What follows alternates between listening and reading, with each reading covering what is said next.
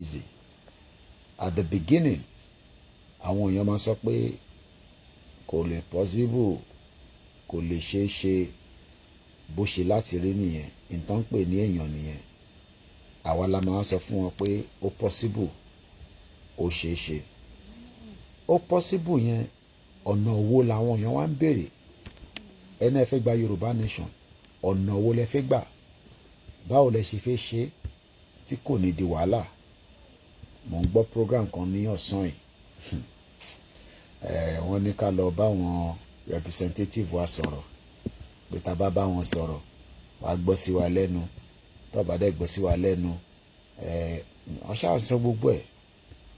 Àkáwà Yorùbá oríṣiríṣi ọ̀nà ni a máa ń ní láti fi bára wa sọ̀rọ̀.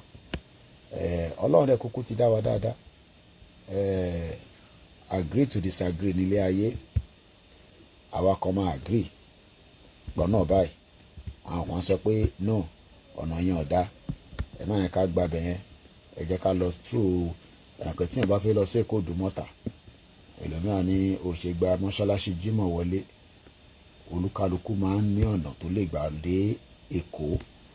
Ẹlòmíràn ní ṣé wàá gba bíbá ìwọlé. Ṣé rí gbogbo àwọn representative ilẹ̀ Yorùbá tí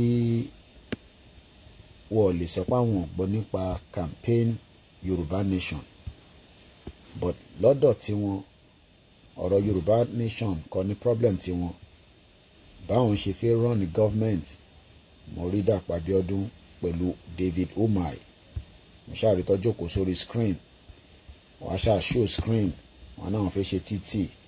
À ń sọ̀rọ̀ pé tí Dàpọ̀ Abíọ́dún bá ṣe tán, òun náà tún sá lọ jókòó sí senate bíi olórí gogoro Ìbùkúnlé Amúsùn.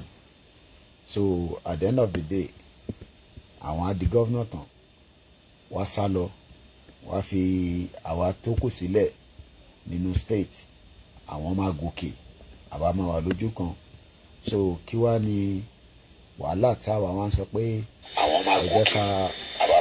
ẹ jẹ́ ká come out of Nigeria.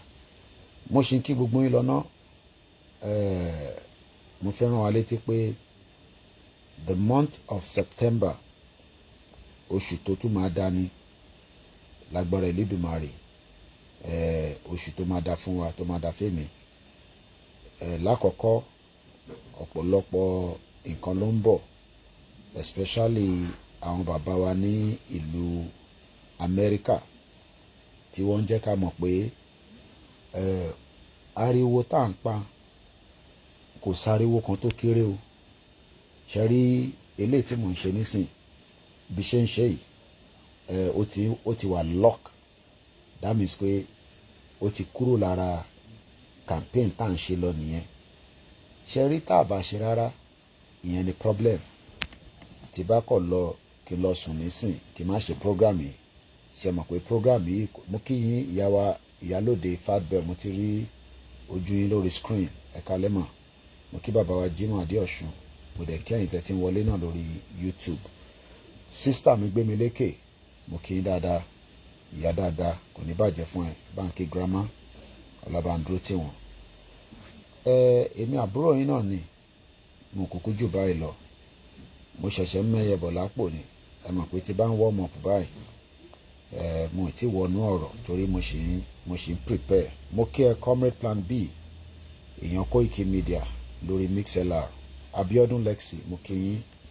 Natec Electrical, ojú bàbá Awólọ́wọ̀ náà mo fẹ́ kẹ́ máa rí.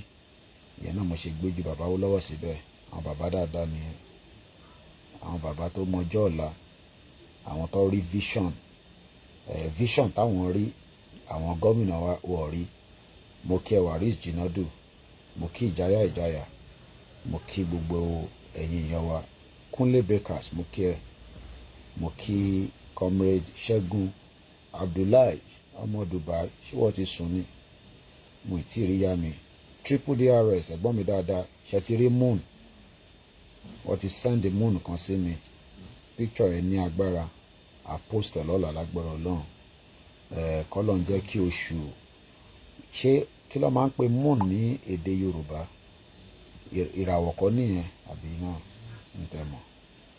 ṣàmọ̀ mo kí lẹ́gbọ́n mi láróńdó àwọn ló sanwó 25-meter flag tá a ṣe sí ìlú Ìbàdàn nígbà tá à ń ṣe rally káàkiri. Ìyálóde wọn ní handsome white lion, ìyá dáadáa kò ní bàjẹ́ fún ẹ. Àdúrà tí gbogbo yín ṣe ó ń gbàlé wa lórí. Àdúrà tí gbogbo yín ṣe fún wa ó ń gbàlé wa lórí, torí àdúrà àwọn kan ni pé kí ọwọ́ ayé kó mú wa mọ́lẹ̀. Àwọn pé táyé bá dẹ̀ ti mú wa mọ́lẹ̀ tó bá ti rí ohun wa mú, àní lè ṣe gbogbo táwọn ṣe yìí o. So ẹ túbọ̀ máa fi àdúrà lọ́pọ̀lọpọ̀. Bẹ́ẹ̀ tẹ̀ ní owó tẹ fi fún wa, ẹ̀yẹn ṣáà máa fi àdúrà ràn wá lọ́wọ́, torí pé the wicked people do not want what we are doing to be fruitful. So ẹ̀yin tí ẹ wá ń ṣe àdúrà fún wa, ẹ má dákẹ́ ìṣẹ́jú kan lé wa lórí. Gbogbo àwa tá à ń sọ̀rọ̀ pé kí ìran Yorùbá kó bọ́, kò ń ṣe mí nìkan. Mo kí bàbá wa Aloko James, ẹ má fi àdúrà sílẹ̀. Ẹlòmíà ní Kóìkì mò ń lówó, ọ̀rọ̀ owó kọ́ là ń sọ nísìn. Àní kẹ́ máa fi àdúrà, kẹ́ máa fi ràn wá lọ́wọ́, kọ́wọ́ ayé kó má rí wa mú, torí pé tí wọ́n bá ti mú wa mọ́lẹ̀, tó mú ohun wa mọ́lẹ̀, tó mú ẹ̀jẹ̀ wa mọ́lẹ̀, tó mú ara wa mọ́lẹ̀, ṣe mọ̀ kó máa difficult láti máa wá bá yín sọ̀rọ̀. Ọ̀rọ̀ táwa dẹ̀ ń sọ kò tako èyí tí wọ́n ń ṣe lọ́wọ́lọ́wọ́ nílùú Nàìjíríà. Ọ̀rọ̀ táwa kàn ń sọ ni pé Nàìjíríà tá a rí lánàá kò ní sí ìyàtọ̀ in the next 30 years tàbá wà níbẹ̀. So gbogbo platform náà ni a ti wà live. Ẹ̀yin kan máa rí ojú wa, ẹ̀yin kan bàbá Awólọ́wọ̀ nìkan lẹ́ ń rí. Ojú bàbá Awólọ́wọ̀ náà tó láti máa rí. Ẹ jẹ́ ká wá accept bí a ṣe ṣe kámẹ́rà yẹn lálẹ́ yìí. Mo kí gbogbo wa lẹ́ǹkan sí. Níbo ni mo ti fẹ́ bẹ̀rẹ̀? Mo kí ẹ triple DRS ẹ̀gbọ́n mi dáadáa.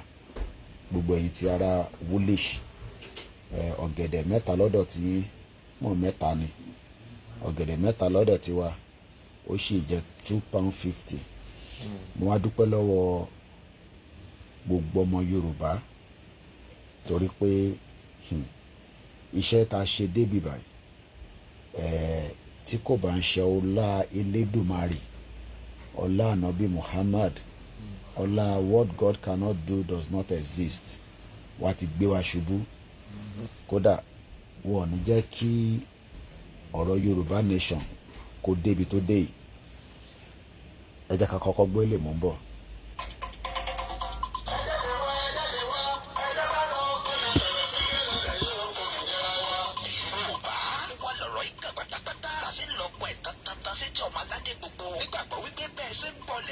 Sọ fún àwọn yòókù kárí ilé kárí oko kí gbogbo wọn sì gbéjú gbèsè síbi ìwọ́de àràgbá yamuyamu tàlùjá tó ń bọ̀ lórílẹ̀‐èdè Amẹ́ríkà yìí. Yorùbá Nation Diaspora Mega Rally in alliance with Yorùbá World Media àti Yorùbá Nation Self-Determination arákùnrin kan ṣàgbékalẹ̀ New York Super Mega Rally. Ọjọ́ mẹ́ta gbáko ló máa fi wáyé, bẹ̀rẹ̀ látọjọ́ Ìṣẹ́gun Tuesday ọjọ́ 21 oṣù kẹsàn-án títí di ọjọ́bọ̀ Thursday ọjọ́ 21 oṣù kẹsàn-án. Bákan náà látago 2 òwúrọ̀ títí di agogo 4 ìrọ̀lẹ́ New York time láti máa péjú pésẹ̀ gbọ́ sókè rárá fáyé gbọ́ wípé ó tó gẹ́. Yorùbá self-determination is our right. Yorùbá fẹ́ dá dúró, a fẹ́ kúrò lọ́wọ́ ẹ̀tàn, fẹ́ kúrò nínú ìnira orílẹ̀-èdè Nàìjíríà. A sì rọ gbogbo àwọn èèyàn wa jákèjádò àgbáyé tó ń bọ̀ wá síbi rálì yìí wípé ká pàdé lọ́jọ́rú 20 oṣù kẹsàn-án ní rally location 78 UN General Assembly 405 West 45th Street New York City New York 10017. Fún ẹ̀kúnrẹ́rẹ́ àlàyé síwájú sí tàbí fún ọ̀kan ọ̀jọ̀gbọ́n ìbéèrè tẹ́ bá ní kàn sí wa látòrí èyíkéyìí wẹ́bsáìtì yìí www.megarally.org tàbí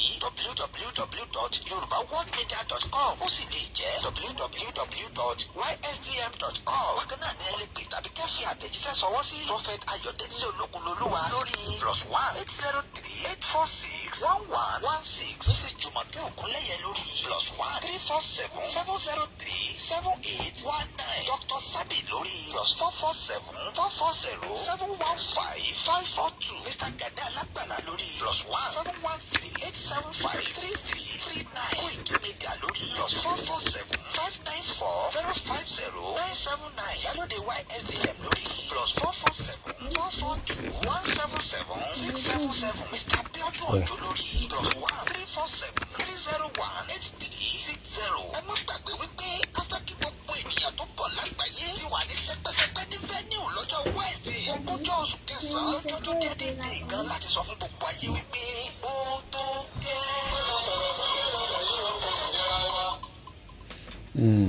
So àwọn ní rally tó ń bọ̀ ṣe rí rally yẹn ẹ̀yin tẹ́ wà nílùú Amẹ́ríkà ṣe rí month of September month tó important gan fún United Nations ni Moki Aziz shalom to my brother ṣe rí month of September is a big month. Mo ti gbọ́ briefing United Nations lálẹ́ yìí mo ti gbọ́ briefing Security Council America ni ó ṣe President Security Council fún month yìí ní next month Albania ló máa take over nínú Security Council Russia ti veto America against Mali. Love. Mo ti gbọ́ General Secretary Anthony Guterres ó ti sọ̀rọ̀ ní New York ní nǹkan bíi aago 12 time tí wọ́n lọ́hùn ó ń lọ sí Kenya láti Kenya ó máa lọ sí Cuba ó ń lọ sí G20 ní India ló máa host G20 so orí Koiki Media ní international media tí mo máa fún yín ní gbogbo update tẹ́lẹ̀ láti gbọ́ yẹn so mo ń wo bí tí a ti fẹ́ bẹ̀rẹ̀ ètò talẹ́ yìí tí mo kàn fẹ́ yẹ kí gbogbo wa kí ó yé wa ni pé bẹ́ẹ̀ fẹ́ bẹ́ẹ̀ kọ̀ ẹ̀yin representative wa ní Nàìjíríà tí ẹ jẹ́ ọmọ Yorùbá bẹ́ẹ̀ fẹ́ bẹ́ẹ̀ kọ̀ nígbà tásìkò bá tó àwa ọmọ Yorùbá àbí yín nípa ìdí tí a ṣe ń pariwo Yorùbá nation tí ẹ̀yin ò dá sí àsìkò yẹn ò tí tó ni tásìkò yẹn bá tó ẹ dá sí eléyìí tá a ṣe ń ṣe lọ́wọ́lọ́wọ́ preambles ni mò ń bọ̀ lẹ́ẹ̀kan sí.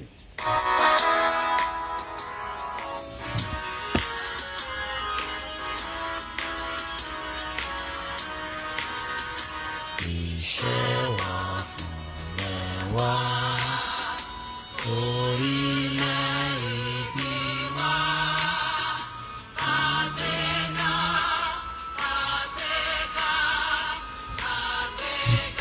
fàyèrè ìgbàgbọ́ wa ní pé àti bẹ̀rù lọ́gbọ́n kan ká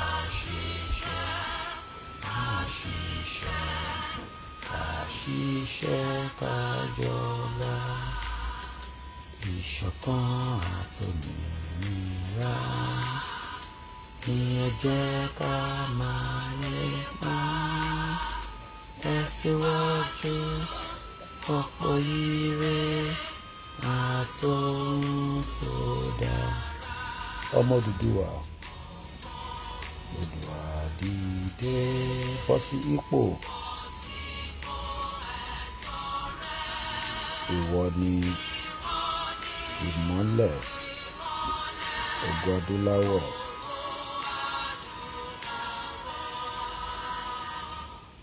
Àwa ni ìmọ́lẹ̀ ògo ti adúláwọ̀. Mo kí ọba Elédùmarè, ọba tó ní wá, ọba tó dá wa, ọba tó ní ẹ̀mí tó ń bẹ lára wa. Ìgbà tó bá dẹ̀ wùn bó bá ṣe wùn a máa fẹ̀mí yẹn dára lóríṣiríṣi ọ̀nà. Ọba tí ó ní ká máa bẹ àdèmá máa bẹ títí ayé ni. Kò sẹ́ni tó lè pa ìrànlẹ̀ Yorùbá. Wọ́n máa gbìyànjú. Mo gbọ́ Anthony Guterres, the United Nations General Secretary. Ẹ bá ní peace, wọ́n bí ní ìbéèrè kan, màá try láti play audio yẹn fún wa. Ìbéèrè tó bí pé ṣé ó possible ṣá kí ọ̀rọ̀ Ukraine àti Russia kó ní solution. Ó ní kò possible.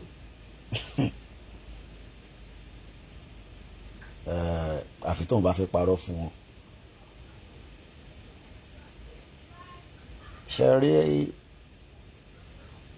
mo ti sọ pé a ti ní 7% nínú ìrìn àjò yìí. 3 tó kù, àwọn ọba ilẹ̀ Yorùbá àti àwọn olóṣèlú ló ń dá dúró. Bá ṣe máa ṣe tí a máa rí 3 yẹn. Mo kí Ọmọlúkà, mo rí ẹ ń bẹ̀ lórí TikTok.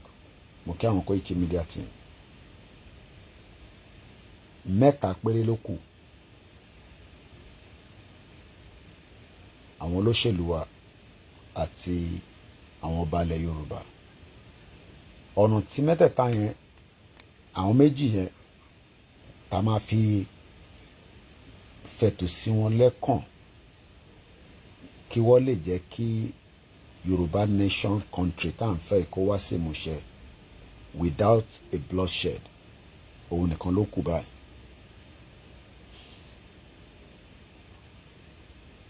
Ẹ gbọ́ mi lẹ́ẹ̀kan sí, ìrìn àjò tá wà yìí a ti wà ní 7%. 3% ló kù.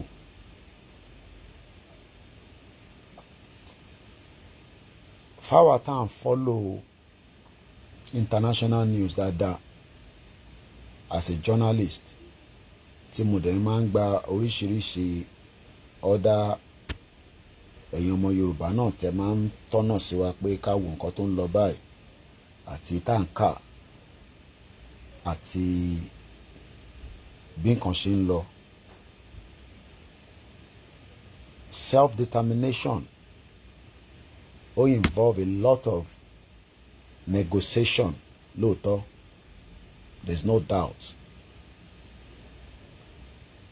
Kódà Anthony Guterres ó jẹ́ kó yé mi lálẹ́ yìí nígbà tó ń sọ̀rọ̀ ìyẹn ní time zone tí wọ́n ní New York pé diplomacy àti dialogue òun nìkan tó dájú.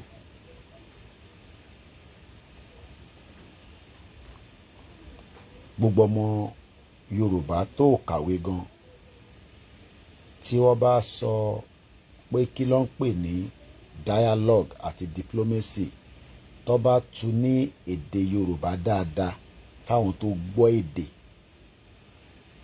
wọ́n á mọ̀ pé lótìtọ́ lódodo òun náà lọ́nà.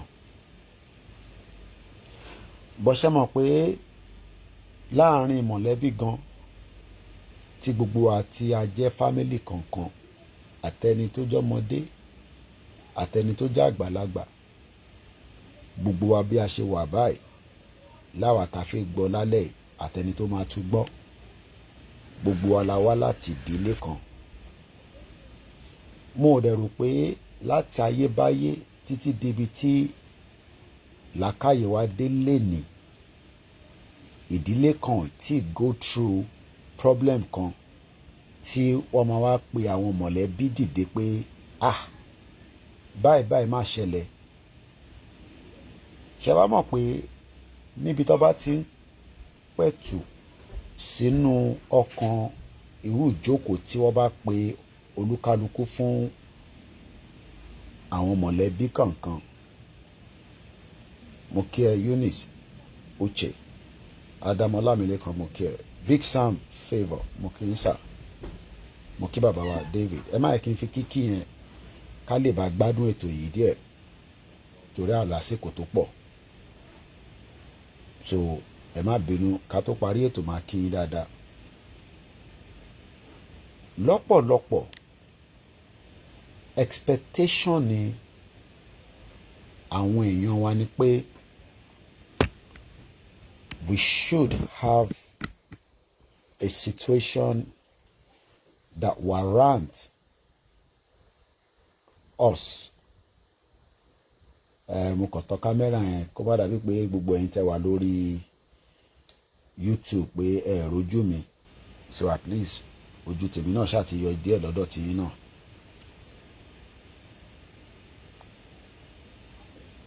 Reason mo ṣe ń wọ glasses ni pé kí n kàn fi máa monitor comment mi, so but not really needed. Nídìílé kọ̀ọ̀kan bí wàhálà bá ṣẹlẹ̀, wàá pe tọ̀tún, wàá pe tòsì, wàá wá fẹ́ pẹ̀tù sí wa nínú láti lè ṣe kíni, láti lè jẹ́ kí ìdí tí wọ́n ṣe pè irú ìjókòó bẹ́ẹ̀ kí peace lè wà. Ṣé gbogbo yín wá agree pé kò sí bọ́ bá ṣe pẹ̀tù sáwọn èèyàn nínú àwọn ìjókòó bẹ́ẹ̀, àwọn kan ṣì máa tún fárígá. Wọ́n lè gbà ní múmẹ́ǹtì yẹn nítorí pé àwọn àgbààgbà tó jókòó wọ́n ò fẹ́ yájú sí wọn. Múmẹ́ǹtì tó bá ti kúrò nínú ìjókòó yẹn, ìntọ́ tún máa ṣe, ó tún máa contradict in tí wọ́n pè pàdé yẹn fún. Kí ni mo ṣe ń sọ eléyìí ni pé mo fẹ́ ká máa ní lọ́kàn wa ní gbogbo ìgbà lóòrèkóòrè pé a fẹ́ ń tán pè ní diplomacy and dialogue, but táwa kan bá ní a fẹ́, àwọn kan ò ní fẹ́. Mo fẹ́ kẹ́ gbọ́ mi dáadáa. Táwa kan bá sọ pé a fẹ́ peace, a fẹ́ dialogue, ẹ má expect ẹ̀ látọ̀dọ̀ gbogbo ọmọ Yorùbá. Tí ẹ bá tún wá gbéyẹ̀wò pé báwa kan bá tẹ̀ agree, àwọn ẹ̀yà tó kù bọ́ bá náà wọn agree, kí la máa ṣe sí? We are in a situation in Nigeria that tí mo kàn fẹ́ give example nísìn based on in tó ń lọ, I mean bọ́ afọ́jú gan bá tẹ̀ díjú aṣàmọ̀pọ̀jọ́ bá rọ̀ aṣá wọlé. Gbogbo wa la mọ̀ the current situation of things tó ń lọ ní Africa, at least up to today, especially a mọ̀ pé Niger wà ń bẹ̀. Táwa bá ní a fẹ́ dialogue, a dẹ̀ fẹ́ peace, àìtí mọ̀ tó máa ṣẹlẹ̀, so eléyìí is just a speculation. Tí Tinubu bá àtàkì, okay, kì máa sọ pé Tinubu, tí ECOWAS bá àtàkì Niger, tí àwọn ẹ̀yà tó jẹ́ ẹ̀yà kẹta wa tó bá fárígá tó dìde, kò ń ṣàwọn gómìnà wọn, kò ń ṣàwọn olóṣèlú wọn, àwọn ará ìlú tó bá dìde tó yabo ọ̀run yabo, tó yabo bí tó bá fẹ́ yabo, ìyẹn àwọn northerners, kí lẹ rò pé máa ṣẹlẹ̀? Mo kàn ń béèrè question yìí ni, I don't know. Ẹ mọ̀ pé mo ti sọ níwájú pé táwa kan bá náà fẹ́ peace, probability pé àwọn kan máa náwọn fẹ́ peace náà wà. bí ECOWAS bá àtàkì Niger tó bá ní repercussion pé àwọn northerners tó ń bẹ láàrin wa tó bá padà dìde tó bá wa bẹ̀rẹ̀ sí fa wàhálà, kò ń ṣàwa Yorùbá nation ni mò ń sọ, but in the context of Nigeria today, àmọ́ tí Haúsá lè ṣe tó lè dájà lẹ̀ rẹpẹtẹ tó máa dé Lagos State, tó máa dé South East, tó máa dé Middle Belt, tó máa dé different way. I'm not talking about àwọn terrorists tó wà láàrin wa o, àwọn kọ́ ni mò ń sọ.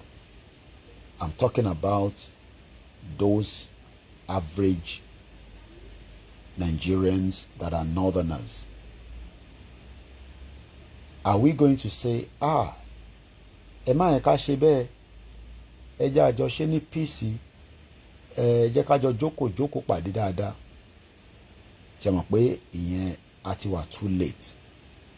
So ní gbogbo ìgbà, ní gbogbo ọ̀nà, nígbà tí a ṣì ń bá the diplomatic way lọ, ẹ jẹ́ ká máa ní lọ́kàn pé àwọn kan ò ní gbà o, and that is a fact.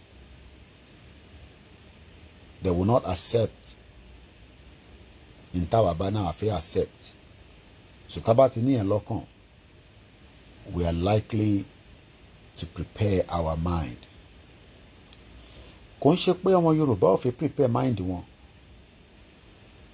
kò ń ṣe pé bíi tìjà kan là ń sọ yìí, but preparing our mind for the worst case scenario, òun ló ṣì ń fún ọmọ Yorùbá ní concern lẹ́nu.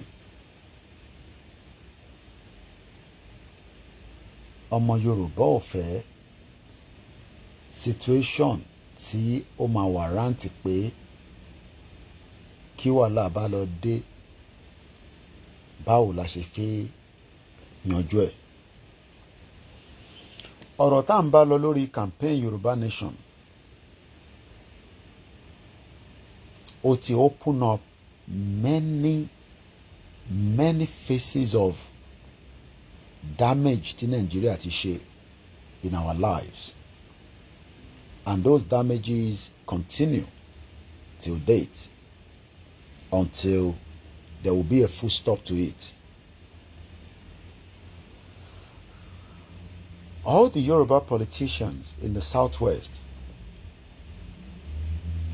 won't play double game. Double game tó ń play ni pé chances pé tí Nigeria bá pín, fine, but wọ́n fẹ́ fìyẹn ṣe priority. Chances pé tí kò bá ní pín, àwọn gbọ́dọ̀ wà part of the system. Torí pé tá bá sí ní part of the system, ta ló máa run ní country yẹn as of today? Nígbà táwọn kan bá ní ẹ̀yin rẹ̀ lọ ṣe part of the politics, wọ́n mọ̀ pé irọ́ làwọn pa, because kò sí bí èmi àti ẹ bá ṣe wà nísìn lẹ́nìí ta lè challenge the status quo of the politics in Nigeria. Tá a bá tẹ̀ mọ́ tẹ́ni kankan, a rí evidence based sí ṣòwò rẹ̀. Ṣé ọmọ Yorùbá máa náwọn gbọ́ ẹni tó ń pè ní Ọmọyẹlé Sowore? Mo fẹ́ ká kọ̀ mọ́kàn wá kúrò lára pé whatever views tá bá ní lórí Ọmọyẹlé Sowore, tó bá yẹ pé ọmọ Yorùbá wọ́n wà honest and genuine, they should not think about any other person than Sowore as a candidate to put forward. Number one, Sowore has the charismatic to become the president of the Federal Republic of Nigeria. He has all what it takes. Ní ti education, ó ní. Ní ti exposure, ó ní. The only thing tí Sowore ò ní, ó ní kò ní enough owó láti lè fi báwo ni Yorùbá ṣe máa pe ọ̀rọ̀ yẹn, figi sígi pẹ̀lú àwọn tó jẹ́ the current status quo of the politician ta ní nílẹ̀ Yorùbá lẹ́nu. Kódà bó bá ní kóun lọ contest as a senator, Ṣòwòrẹ́ ò ní rówó bẹ́ẹ̀.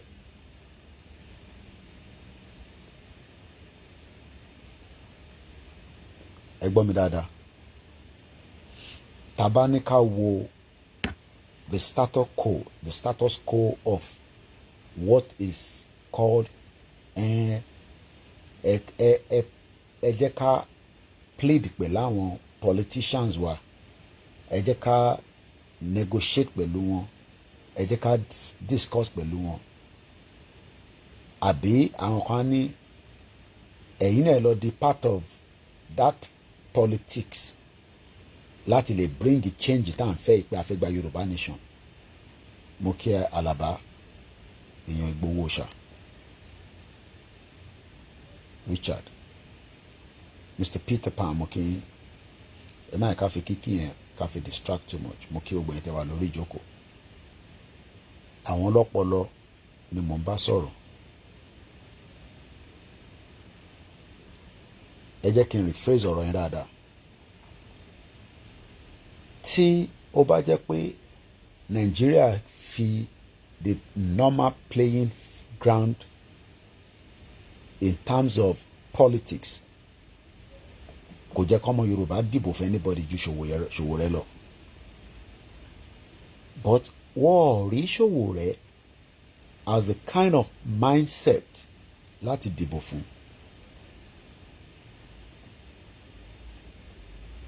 Mo rí àbúrò wa Portable, wọ́n invite moment wọ́n invite, I'm sure some of you have been seeing the video. Mo ṣẹ̀rí lálẹ́ yìí ni tó lọ kọrin fáwọn NBA, àwọn lọ́yà. Ṣé mọ̀ pé moment tó wọlé àwọn lọ́yà kan dìde wọ́n jókòó torí pé kò ń ṣe Davido ló wá kọrin fún wọn. Tó bá yẹ pé Davido ló wá kọrin, wọn ò ní dìde. Ẹ mọ̀ pé wèrè olórin ni Portable, bóun ṣe fẹ́ operate kọ́ ni Davido ṣe máa operate. Ẹ mọ̀ pé Davido ti wà corporate. Tó bá jẹ́ pé Tiwa Savage ló wá kọrin, wọn ò ní dìde kọ́ workout. That is the mindset of Nigerians. Because tó bá jẹ́ pé bàbá wa Sunny Adé ló wá kọrin, mo rò pé máa dìde. Because in tó fi gbọ́ látara Sunny ó yàtọ̀ sí in tó fi gbọ́ látara Portable. Wọ́n rí Portable as the kind of artist táwọn lè gbọ́ ọ̀rọ̀ ẹ̀. Even though tó bá tẹ̀ jẹ́ pé wọ́n ń jí gbọ́ lẹ́ǹkankan, but in that kind of gathering they do not say it. That is the same thing. Number one, Ṣòwòrẹ́ ò lè di president in Nigeria torí pé kò ní irú owó táwọn olóṣèlú ní lọ́wọ́. So gbogbo àwọn tó bá ń sọ fún yín pé ẹ jẹ́ ká lọ ṣe sùúrù pẹ̀lú àwọn olóṣèlú wa, ọ̀ ká tẹ̀ wọ́n nínú kó lè gbọ́n tá à ń sọ, kí ìrìn àjò Yorùbá nation country tá à ń fẹ́ yìí kó lè wá sí ìmúṣẹ, irọ́ ló ń pa fún yín. Torí pé wọ́n mọ̀ pé àwọn olóṣèlú yàn ní dá yín lóhùn. Number one, ẹ̀yin ò dẹ̀ ní the kind of wealth láti compete. Ó fẹ́ di governor, ó fẹ́ di house of reps, ó fẹ́ di senator. I'll give you another example. Láàrin gbogbo àwa tí a ní à ń ṣe Yorùbá nation, ta ló lè lọ contest pẹ̀lú Yayi kò dẹ̀ wọlé? Ẹ mọ̀ Yayi tó kúrò l'Álèmọ́ṣọ́, ó tún sá lọ sí Ogun State, ó lọ contest senator Yayi.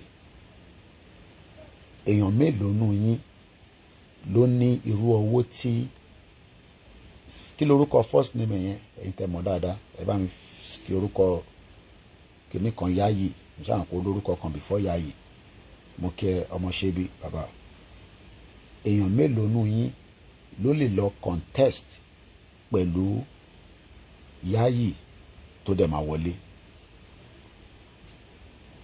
ṣe rí pé ọmọ bàbá Ìjẹ̀bú gan tó ní owó lọ́wọ́ ìyẹn ní Ogun State tó fẹ́ di gómìnà ṣe mọ̀ pé kò wọlé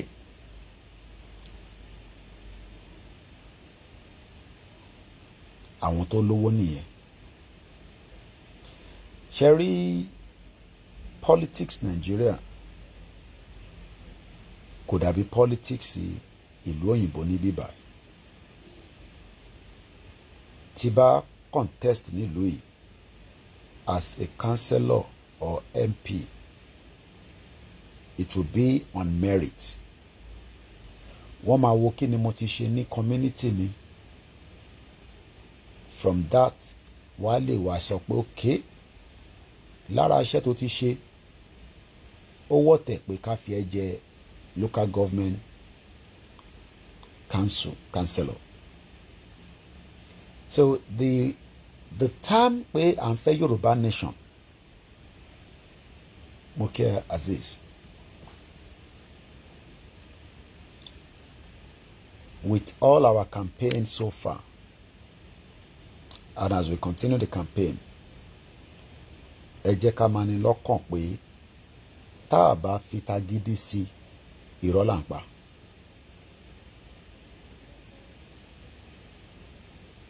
It will take longer than we want this nation.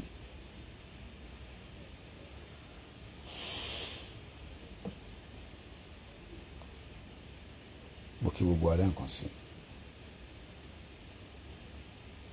Ẹ gbọ́ mi dáadáa lẹ́ǹkan sí. Tí a bá fi tá a bá tagídí bọ̀ irú agídí tá a bá fẹ́ tì bọ̀ yẹn olúkálukú lè break it down bó ṣe wù yín ẹ rí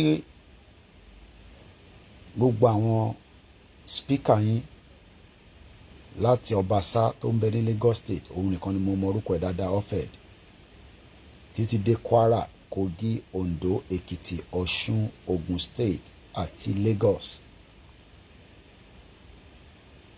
their job ni pé demand táwa sọ pé a fẹ́ yìí wọ́n gbọ́dọ̀ pè wá sórí ìjókòó kájọ wá sọ̀rọ̀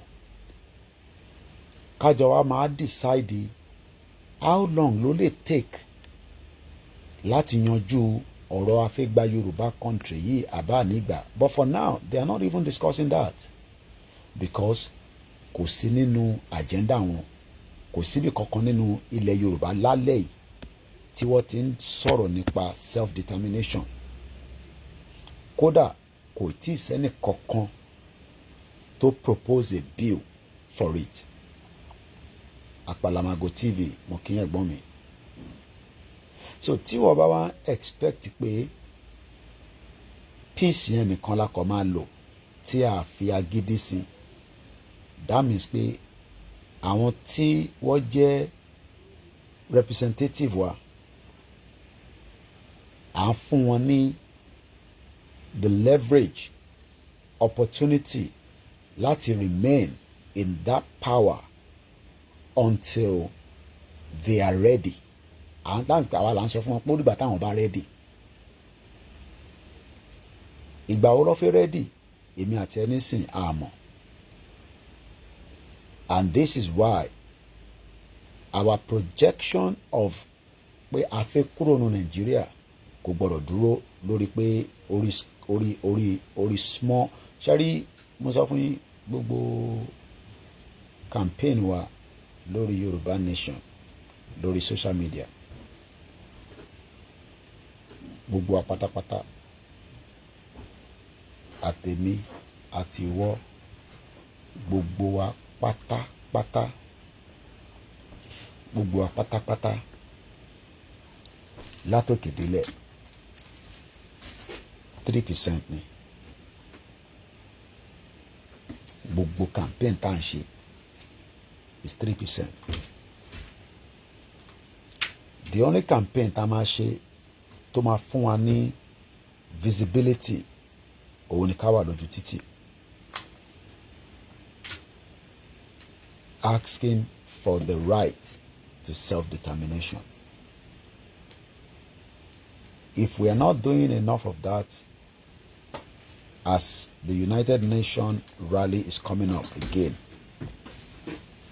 we are not telling the world truly that we are ready to go. What we have done so far in 2 years, as some might say, we don't need it anymore. When I keep hearing that, ó máa ń fún mi ní a bit of concern pé kí làwa ti jẹ yó, kí ni ìntàwa ti gbé dání, kí ni ìntàwa ti ní láti máa wá sọ pé a ready láti campaign Yorùbá nation anymore in terms and forms of showcasing the Yoruba nation outside. When the Scottish people or the Scottish citizen, people, because Scotland is an independent country of their own, but under the United Kingdom. So only one ba ibi tí wọ́n lè pàṣẹ mọ́dé tí Westminster bá sọ pé no ni. That means pé bó ṣe ní a bit of their own independent, the last àṣẹ tó lè blọ́ọ̀kì gbogbo tó bá ń ṣe ní Scotland iwájú Westminster ló wà. And this is what àwọn olóṣèlú wá rí against the in táwọn ń ṣe, because what realized, yàtọ̀ sí pé àwọn kan máa ń ní ká send owó mọ́tò nǹkan kan, in reality gbogbo àwọn tó bá pàdé wa ní rally ní state kankan àṣà fún yín lówó yàtọ̀ sáwọn tí Ìgbòho ṣà tó fuel mọ́tò wọn adé àyà pépà ń bí ya pépà lọ́hùn díẹ̀díẹ̀ kan. Ṣe fi pé gbogbo àwọn tí wọ́n máa ń pàdé wa ní Òṣogbo, ní Èkìtì, ní Oǹdó, ṣe fi pé gbogbo wọn là ń fún lówó ni.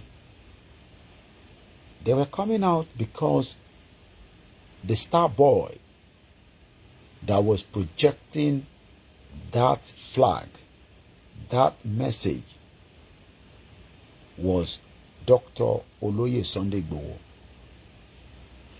And that has beaten all the diplomacy and dialogue that we needed, because ó ti translate yẹn sí grassroots message fún gbogbo àwọn tó máa wá gbọ́ Ìgbòho. Because tí Ìgbòho bá gbé máìkì dání nínú rally, Ìgbòho has automatically delivered the message of peace, hope in the heart and minds of the Yoruba people. So it gets my mind that Makomawa wò pé àwọn now representatives wa tó ń support movement yìí. Ṣé mọ̀ pé ní Scotland lára àwọn tó jẹ́ member wọn tó ń pè ní member of parliament on support right to self-determination. Majority àwọn tó jẹ́ ọmọ Scotland, kò ń ṣe gbogbo wọn, but majority wọn are ready to exit UK. Ìyẹn ni UK ṣe ń bẹ̀rù pé kó fún wọn lọ́nà dá referendum. Tí wọ́n bá fún Scotland ní referendum ní alẹ́, that is the end of Scotland and United Kingdom. lẹ́ẹ̀kan sí, like I said,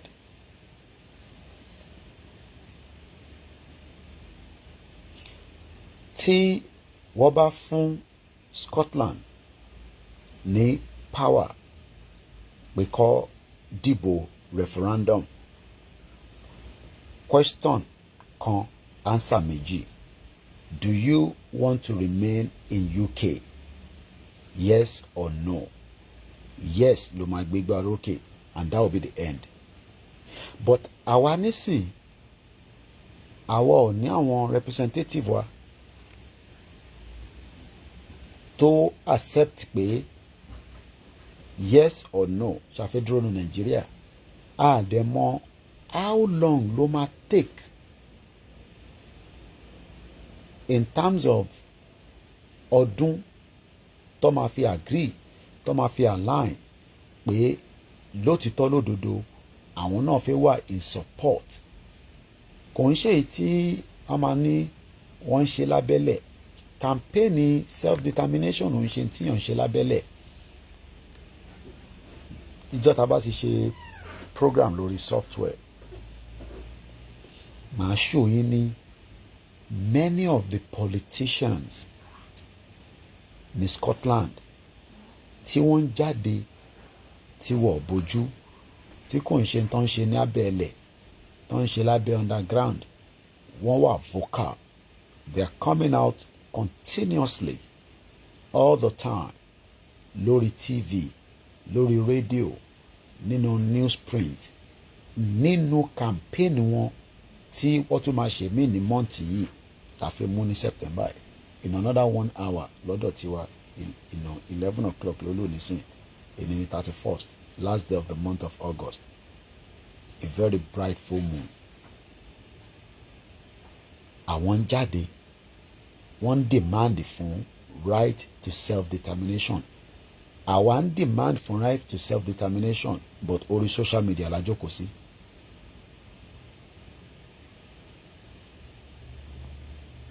Ṣé mọ̀ pé tó bá yẹ pa rí senator méjì, House of Rep mẹ́wàá within all the Yoruba state, ṣé mọ̀ pé àwọn lọ́tún máa jẹ́ mouthpiece wa? Ṣé mọ̀ pé nísìn títí di wákàtí tá sọ̀rọ̀ ní mouthpiece kankan nílẹ̀ Yorùbá tó jẹ́ politician tó endorse Yorùbá nation officially, tí a rí tó sọ̀rọ̀ síta pé Yorùbá nation òun làwa náà fẹ́, bọ̀ kó sì máa bá wọn ṣèjọba lọ, kó tẹ̀ máa sọ pé Yorùbá nation làwọn fẹ́. Títí di bá ṣe ń sọ̀rọ̀, títí di wákàtí àìtí rí ọmọ Yorùbá kankan tó jáde tó declare, tó fi ẹ̀dùn ọkàn ara ẹ̀ hàn. Àfi bí àwọn náà ń sọ ní abẹ́nu yàrá, wọ́n ń sọ ní kọ̀rọ̀, wọ́n á sọ lórí fóònù fáwọn kan, but nobody. Ẹni tó bá dẹ̀ sọ pé ó wà, ẹ send video ẹ̀ àbí picture wọn sí mi. So my question is, fọmọ Yorùbá ni pé ní ọdún wo, ní ìgbà wo la máa dúró títí di àwọn representative wa yìí? Wọ́n ní ká lọ dialogue pẹ̀lú wọn. Tá bá dialogue pẹ̀lú wọn, ṣe assume pé wọ́n máa dáhùn yín lóhùn lórí dialogue? Let's be honest. Ṣe feel pé àwọn representative wa nílẹ̀ Yorùbá lálẹ́ yìí wọ́n máa dáhùn tá bá ní ká jọ jókòó sórí table? Because tó bá máa dáhùn látọdún mẹ́ta tí kò ń ṣe pé wọ́n make communication pẹ̀lú wọn, either directly or indirectly. Let's even say there was never been a communication directly.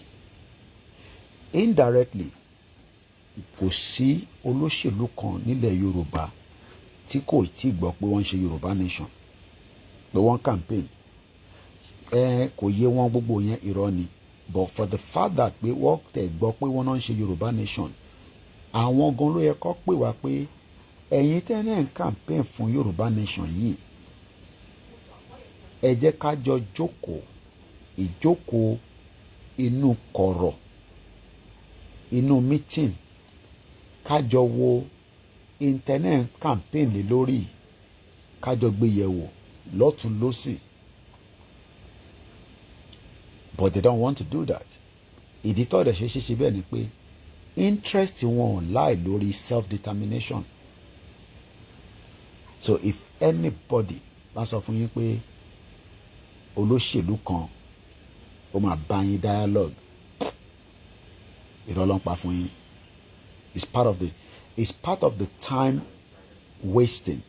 Nítorí pé wọ́n mọ̀ pé àwọn olóṣèlú yẹn wọ́n ò lọ síbẹ̀ láti wá dialogue pẹ̀lú àwa pé a fẹ́ self-determination. Kódà shock absorber gan ló jẹ́ fún wọn pé à ń pariwo self-determination, because self-determination ta pariwo òun ló bẹ̀rẹ̀ sí mú ẹ̀mí àwọn nǹkan ṣí kúrò lára politics tó ń ṣe ní Nàìjíríà lẹ́nu, even if it's just 1%. But in a normal setting, we should be sitting down and be having a round table discussion. Kí ló ń pè ní round table discussion? Ó dá ẹ wá sọ tẹ́ fẹ́ àlọ síbẹ̀, àsọ wá take note, wá know that tó bá ti di oṣù mẹ́ta àbọ̀sẹ̀ mẹ́rin ẹ padà wá àtúlọ discuss the same thing. But in tó ń ṣe ni pé deliberately they are not prepared for such, because in táwọn fẹ́ òun kọ́ làwa fẹ́. In táwọn fẹ́ ni pé wọ́n fẹ́ keep status quo, láti keep gbogbo wa sínú Nigeria as much as they can, and they are doing that with every means possible. Kí ni means tó fi keep wa together, tó fi keep wa sínú Nigeria? Òun ni pé àwọn ni representative gbogbo ọmọ Yorùbá nínú Nigeria lẹ́ni, ìyẹn àwọn Yorùbá politician, àwọn ni representative wa. And at no point, if you think that they will change within the next 8 years, we are all lying. Kódà bí Tinubu bá ṣe tán as the president of that contraction, I can assure you that ọmọ Yorùbá mi á tún dìde láti fi continue ibi tí Tinubu gbede, even tí kò bá tẹ̀ ní wait. The last thing tó máa ṣe ni, or the least thing tó máa ṣe ni pé a lọ farẹ̀ sílẹ̀ fáwọn north láti sacrifice wa again, just like bí Tinubu ṣe sacrifice wa nísìn. Because Tinubu sacrifice wa lòun ṣe ń jọ rẹ̀ nísìn. Ọmọ Yorùbá mi tún ready láti ṣe another sacrifice tó lè last another 16 years, because tí ìjọba yìí bá ti bọ́ lọ́wọ́ Tinubu nígbà tó bá parí ẹ̀, ó máa take 16 years kó tó padà sílẹ̀ Yorùbá. Wọ́n lè mú ọmọ Yorùbá o as vice president, but wọ́n tún ní fọmọ Yorùbá jẹ́ president in Nigeria in another 16 years after Tinubu. Ó ṣọdún mẹ́jọ, ó ṣọdún mẹ́rin is not the issue, but kò ní ever to sí ọmọ Yorùbá kan tó máa di president in Nigeria àfi tí ikú bá dé fún president tó bá mú wá, bí ó ṣe ṣẹlẹ̀ pẹ̀lú Yar'Adua. Àwọn náà tó dẹ̀ nígbà, torí pé wọ́n sì ń sọ pé àwọn ò lo tenure wọn tán nígbà tí Yar'Adua tó kú, nítorí pé Jonathan ló take over. Ìyẹn ló ṣe ń pè ní rotational system. Ìyẹn ló ṣe ń rotate, they rotate the power. Bó ṣe wá ń rotate power yẹn, ṣe mọ̀ pé wọ́n ka àwọn ọmọ Igbo mọ́. That is another problem of its own. Sherry Nelson Wike, the former Rivers State governor tó ti di FCT minister ó ń play very very dangerous game kan nísìn. Ẹ bèrè lọ́wọ́ mi pé irú game wo ló ń play. Ó ń play the same game tí Ọbásanjọ́ play pẹ̀lú the late Bọ́lá Ìgè. Ṣé mọ̀ pé Ọbásanjọ́ àti Bọ́lá Ìgè, they are not in the same political party. Ṣé rí Wike, game tí Wike ń play lọ́wọ́lọ́wọ́, géèmù kàlòkàlò ni, but it's a very very deadly game because Wike kò tí ì sọ fún yín pé òun ò ṣe PDP mọ́. Wike is still a full member of the PDP but working under APC. Kò sírú ẹ̀rí a fi ń dárúbà lọ́rọ̀ ni. Ẹ̀yin Yorùbá náà lẹ́ni kò sí tó ń bọ̀ lókè tílẹ̀ ò gbà. Báwo la ṣe fẹ́ ṣe, ọ̀nà wo la fẹ́ gbà nígbà tó bá yá olúkálùkù á ní better understanding pé dialogue tí United Nations gan náà ń wá wọ́n lè rí látọ̀dọ̀ Ukraine àti Russia bí nǹkan ṣe ń lọ yẹn. Mo kẹ́ African wahala. Bí ṣe sọ fún yín kò ní ever sí peace in anything called dialogue. Kò sí. Kí lẹ rò pé China àti UK after 5 years wọ́n ṣì ń try láti yanjú aáwọ̀ tó wà láàrin wọn. Mo sọ fún yín láàárọ̀ yìí lórí ètò tá a ṣe láàárọ̀ yìí. The first senior government official ìwọ tó náà wá peace tá a máa fi kúrò ní Nàìjíríà. UK gan ò tí ì ní peace pẹ̀lú China, wọ́n kàn manage ara wọn ni. Wọ́n pe fóònù kan ní Hawaii, àwọn Chinese ló ní. Àwọn dẹ̀ ni wọ́n fẹ́ ṣe bí i 5G. UK restrict wọ̀ fún wọn ní license yẹn mọ́ torí pé wọ́n ń bẹ̀rù pé wọ́n máa lo mobile phone yẹn láti fi extract information, data. That was completely stopped. Now, wọ́n rán foreign secretary wa lọ síbẹ̀ kó lọ sí China. Bó ṣe lọ yẹn kò mí pé aáwọ̀ tó wà láàárín China àti UK ó ti wá tán. Kò mí pé wọ́n ń ṣe trade, wọ́n sì ń ṣe trade, wọ́n sì jọ ń tẹ̀. So ìyẹn mo fẹ́ kó máa yé ọmọ Yorùbá tẹ́ bá ń sọ pé gbogbo ẹ̀ náà la máa fi ṣe dialogue, la máa fi ṣe peace. Yes, we are in that direction, but at the back ká máa rántí pé tí peace and dialogue yóò bá ní work, what is going to be our next exit plan? And many people know that the exit plan might be a very tough decision between kò ń ṣe pé afẹ́jà gídígbò ni mò ń sọ nísìn. Ìṣẹ́rí exit plan wa nísìn is gonna be between us and our representative in Yoruba land. Kò sí tó kàn wá pẹ̀lú north, kò sí tó kàn wá pẹ̀lú middle belt, kò sí tó kàn wá pẹ̀lú south east.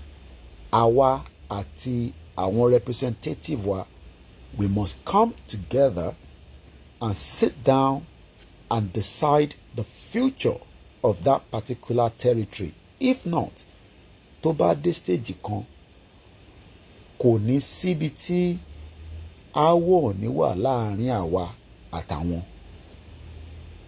Ìdí tí kò tí sí nísìn ni pé we are still in the hope that maybe another 3 years or 4 years maybe another 8 years, they will come and talk to us. But for the fact that pé a ti gbẹ́nu lé afẹ́ kúrò ní Nàìjíríà, ẹ má rò pé a ní for the fact that a ti gbẹ́nu lé afẹ́ kúrò ní Nàìjíríà, má rò lọ́kàn ara ẹ pé ìyẹn ò ní jẹ́ ọ̀rọ̀ tí kò ní wáyé mọ́ títí tí ilẹ̀ Yorùbá máa fi di territory tiẹ̀, sovereignty tiẹ̀, ẹnu wa ò ní kúrò lórí ẹ̀. Àtàwa àtàwọn olóṣèlú wa, ẹ̀mí gúngún àtàláfíà kọ́lọ̀ fún gbogbo wa. Àti tó jẹ́ age mate mi, àti tó dàgbà jù mí lọ, kọ́lọ̀ fún gbogbo ẹlẹ́mí gúngún. But one thing is, a day will come that family meeting tí mo fi ṣe analysis láti beginning láàárín mọ̀lẹ́bí kankan, bẹ́ẹ̀ bá parí aáwọ̀ kò ní tán nínú àwọn kan. So in the interest of that territory tá à ń sọ pé a fẹ́ gbà, we are not talking about the northern territory now. We're not talking about the southeast. We are talking about our own territory. In the interest of that territory, ó ṣe kókó, ó ṣe pàtàkì pé káwọn representative wa kó jókòó pẹ̀lú wa, ká jọ deliberate, ká jọ discuss. Nítorí pé wọ́n mọ̀ pé ẹ lè compete pẹ̀lú àwọn nínú politics tó ń ṣe lọ́wọ́lọ́wọ́ ní Nàìjíríà. The Nigerian politics is about who has the biggest wealth. Ẹni tó ní wealth láti fi campaign election Nigeria á lọ sápamọ́ sábẹ́ ẹni tó máa fọ́ǹdẹ̀. Gbogbo tí Adeleke ń ṣe ní Ọ̀ṣun State, ẹni tó fọ́ǹdẹ̀ lára náà family wọn náà ni. Òun kọ́ ló lówó tó gbé sílẹ̀. I don't think maybe some of you know that. I'm talking about the Ọ̀ṣun State governor, listen. Owó tó ná lọ́wọ́lọ́wọ́ tó fi níṣẹ́ ó ti wà nù governor nísìn, so ó ti ní access sí fund.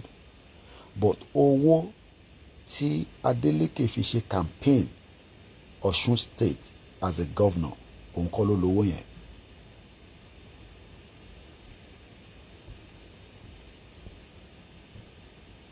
Wọ́n fund ẹ̀ ni. Nínú family ẹ̀ wà lára àwọn tó fund ẹ̀ pẹ̀lú àwọn external individuals and people and organization, whatever. Now, ìwọ tó ń gbọ́ mi nísìn, do you think that Adeleke bá ṣe 8 years tán, kọ́lọ́n fún lẹ́mìí gígùn kó fún ṣe, kó tún Ọ̀ṣun State ṣe fún wa, hospital wa, education wa, security wa, even if we are still in Nigeria. But ṣòro pé tó bá ṣe tán, tí ìwọ bá ní o fẹ́ lọ ṣe governor bẹ̀, tí Adeleke dẹ̀ ní ẹni tó ní interest lé lórí, ta ló rò pé ó máa wọlé náà méjèèjì? Even if you have the means. Mo kíyàwó Alájà Sherifat Agbabiaka, ibi tó ṣe ń sọ pé politics don't play in Nigeria. Politics, who can own it all? Politics, kò ń ṣe politics ọ̀rẹ́ mi. Who can own it all? Láti lè dictate ibi tí yàn kankan máa wà. Ṣọwárí gbogbo ẹ̀yin tí ẹ jẹ́ youth láti 20, 30, forget it. O lè compete nínú politics náà ṣe nínú Nigeria in the next 16 years. O lè change in 16 years o, but presently right now, o tó bẹ́ẹ̀ ni mo sọ fún ẹ láti compete pẹ̀lú wọn. O tó bẹ́ẹ̀. o lè compete pẹ̀lú wọn nínú politics tó ń ṣe lọ́wọ́lọ́wọ́ nísìn. Ìdí tó ṣe lè compete pẹ̀lú wọn ni pé o ní capacity. Ṣòwòrẹ́ tí mo fi ṣe example lẹ́ǹkan, Ṣòwòrẹ́ ọba máa nídìí owó tó pọ̀ tó bá jẹ́ pé àwọn aráàlú mọ̀ pé irú èèyàn bẹ́ẹ̀ ó dájú eléyìí tó wà ń bẹ̀ lọ. But aráàlú ò rí Ṣòwòrẹ́ as the saviour. So nígbà tí aráàlú ò ti rí Ṣòwòrẹ́ tó gbórí síta, at least ẹlẹ́ǹkejì lélẹ̀ tí Ṣòwòrẹ́ ti try ẹ̀, whether for his own selfish gain, whether for his own interest to bring a better Nigeria that some of you are asking for. But dìbò fún now. Nítorí pé irú Ṣòwòrẹ́ kọ́ lẹ̀ ń wá. Tẹ́ ẹ̀ bá rẹ̀ ti wá ru Ṣòwòrẹ́, irú àwọn kòkòrò tẹ́ ń rí nísìn, àwọn termite, àwọn ikán, àwọn oríṣiríṣi, òun náà lẹ máa rí nílẹ̀ Yorùbá. And they are not going to change. They are not going to change because of me. Neither are they going to change because of you. Àwọn maggot.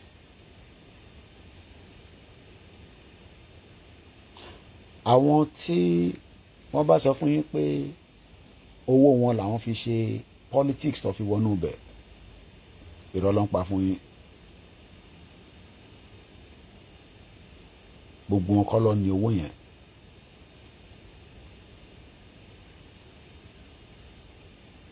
They are there not to serve us, even though they were meant to be there to serve us for the purpose of good governance.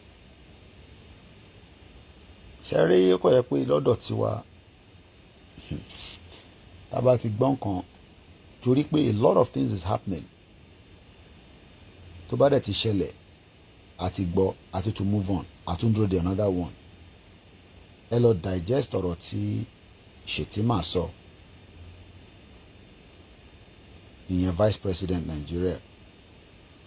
In tó fi lè mú tó sọ jáde, either just for saying sake, or bóyá kí Nigerians lè ní pity fáwọn. Only Nigeria is in a big mess. Nigeria is in a big mess. With so many challenges.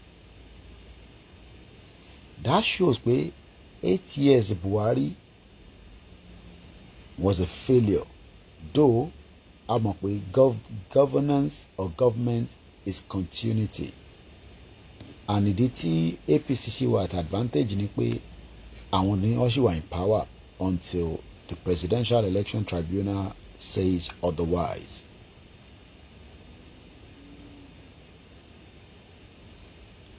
Many people know that Nigeria politicians are not working in the interest of our ọmọ Yorùbá.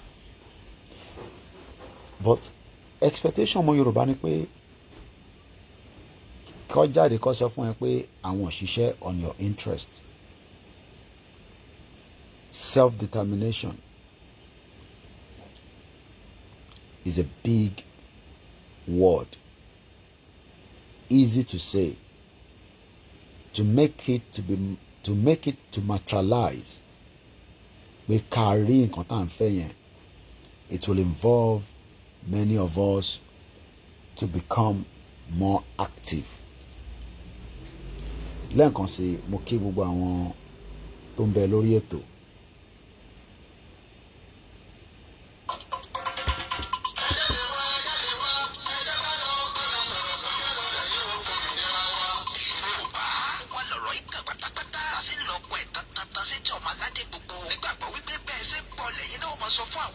kárí ilé kárí oko tí gbogbo wọn sì péjú pésẹ̀ síbi ìwọ́de àràgbá yamuyamu tàlújá tó ń bọ̀ lórílẹ̀‐èdè Amẹ́ríkà yìí. Yorùbá Nation Diaspora Mega Rally in alliance with Yorùbá World Media àti Yorùbá Nation Self-Determination arápọ̀dọ̀ kan ṣàgbékalẹ̀ New York Super Mega Rally. Ọjọ́ mẹ́ta gbáko ló máa fi wáyé bẹ̀rẹ̀ látọjọ́ ìṣẹ́gun Tuesday ọjọ́ kọkàndínlógún oṣù kẹsàn-án títí di ọjọ́bọ̀ Thursday ọjọ́ kọkànlélógún oṣù kẹsàn-án bákan náà látago méjì òwúrọ̀ títí di agogo 4 ìrọ̀lẹ́. New York Times láti máa péjú pésẹ̀ gbóhùn sókè rárá fáyé gbọ́ wípé ó tó gẹ́. Yorùbá self-determination is our life. Yorùbá fẹ́ dá dúró. A fẹ́ kúrò lọ́wọ́ ẹ̀tàn. A fẹ́ kúrò nínú ìnira orílẹ̀-èdè Nàìjà. A sì rọ gbogbo àwọn èèyàn wa jákèjádò àgbáyé tó ń bọ̀ wá síbi rálì yìí. Wípé ká pàdé lọ́jọ́rú ogúnjọ́ oṣù kẹsàn-án ní rally location 78 UN General Assembly 405 West 45 Street New York City New York 10017. Fún ẹ̀kúnrẹ́rẹ́ àlàyé síwájú sí i tàbí fún ọ̀gá ọ̀jọ̀gbọ́n ìbéèrè tẹ́ bá ní kàn sí wa látòrí èyíkéyìí wẹ́bsáìtì yìí www.megarally.org tàbí www.yorubaworldmedia.com ó sì lè jẹ́ www.ysdm.org. Bákan náà ni ẹ lè pè tàbí kẹ́ fi àtẹ̀jíṣẹ́ ṣọwọ́ sí Prophet Ayọ̀délé Ológunlolúwa lórí +1 803 846 1116. Mrs. Jùmọ̀kẹ́ Ògúnlẹ́yẹ lórí +1 347 703 7819. Dr. Sabi lórí +447 440 715 542. Mr. Gani Alágbàlá lórí +1 713 875 3339. Koiki Media lórí +447 594 050 979. Yálòdé YSDM lórí +447 442 177 677. Mr. Abiodun Ojo lórí +1 347 301 8360. Ẹ má gbàgbé wípé a fẹ́ kí gbogbo ènìyàn tó bọ̀ lágbàáyé ti wà ní sẹpẹsẹpẹ ní venue lọ́jọ́ Wednesday ogúnjọ́ oṣù kẹsàn-án lọ́jọ́ tó jẹ́ dédé gan láti sọ fún gbogbo ayé wípé ó tó gẹ́.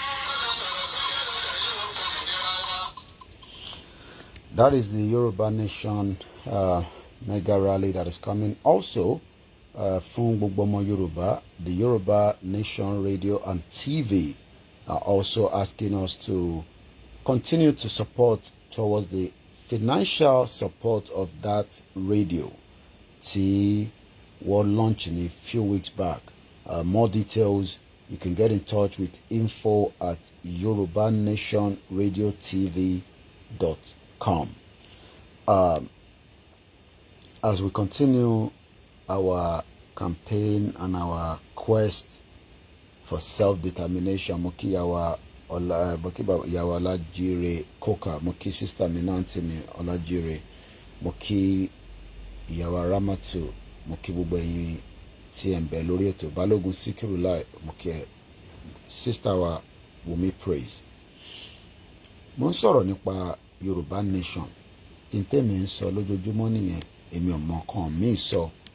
Kò ń ṣe pé mo ò ní nǹkan míì tí mo lè máa sọ. Èmi náà lè máa lọ ṣe skit. London dẹ̀ dùn gan. I can do skit. Tá máa pa yín lẹ́rìn.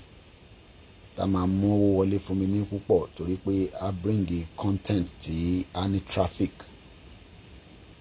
But mo refuse láti ṣe yẹn.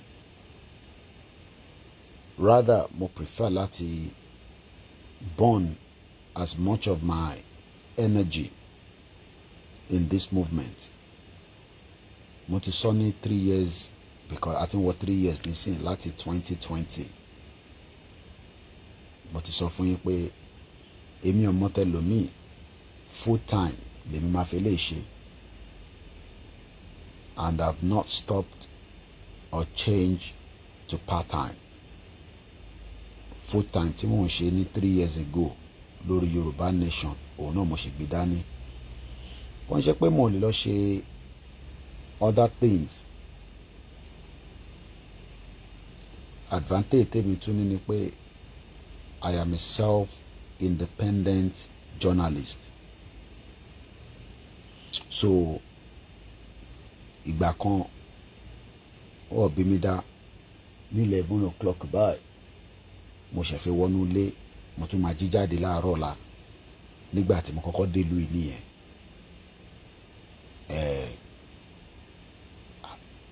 Oṣù tá fẹ́ mú yìí, September tó kù 35 minutes ló máa pé 25 years tí mo wọ London. tí bá dijú mi kò síbi tí mo mọ̀ nínú UK. Mo ti dé Wales, mo ti dé Scotland, mo ti dé Edinburgh. Kò síbi tó fẹ́ sọ fún mi ní UK. Mo ti wá Uber rí, mo ní truck. Mo ṣiṣẹ́ ní hospitality industry for 10 years. Kò sí nǹkan kan tó fẹ́ sọ fún mi nípa hotel tí mo ní sọ fún ẹ.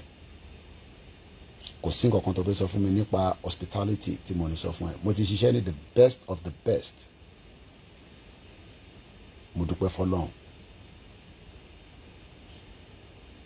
But life at some point a mú ọ̀nà that direction wa. Ọ̀pọ̀lọpọ̀ yín tẹ̀sẹ̀ fẹ́ wọ London nísìn ẹ̀yin ṣẹ̀fẹ̀ bẹ̀rẹ̀ ní 15 years lèmi fi bá British fa wàhálà láti gbàwé kúrò lọ́wọ́ wọn torí wọ́n bí mi sílùú yìí. Mo pray pé kí wọn náà wọ̀ lóyè bí a tí wọn náà bá ṣe 25 years bí tèmi náà kọ add the age more time tí mò ń sọ yìí. Torí nígbà tèmi dé lùí I was in my 20s. Mo ti pé 30 years old nígbà tí màá fi dé lùí 1995 mo ṣetán ní secondary school Abẹ́òkúta grammar school. Kí ló dé tí mo ṣe ń sọ gbogbo eléyìí? Kẹ má kọ̀ máa wò pé ṣé bọ̀bọ́ yìí ò tẹ̀ ní kankan tó fi ṣe ṣá. Wàláì èmi náà ní ambition. Mo dẹ̀ ní big dream tó ń ṣe dream kékeré.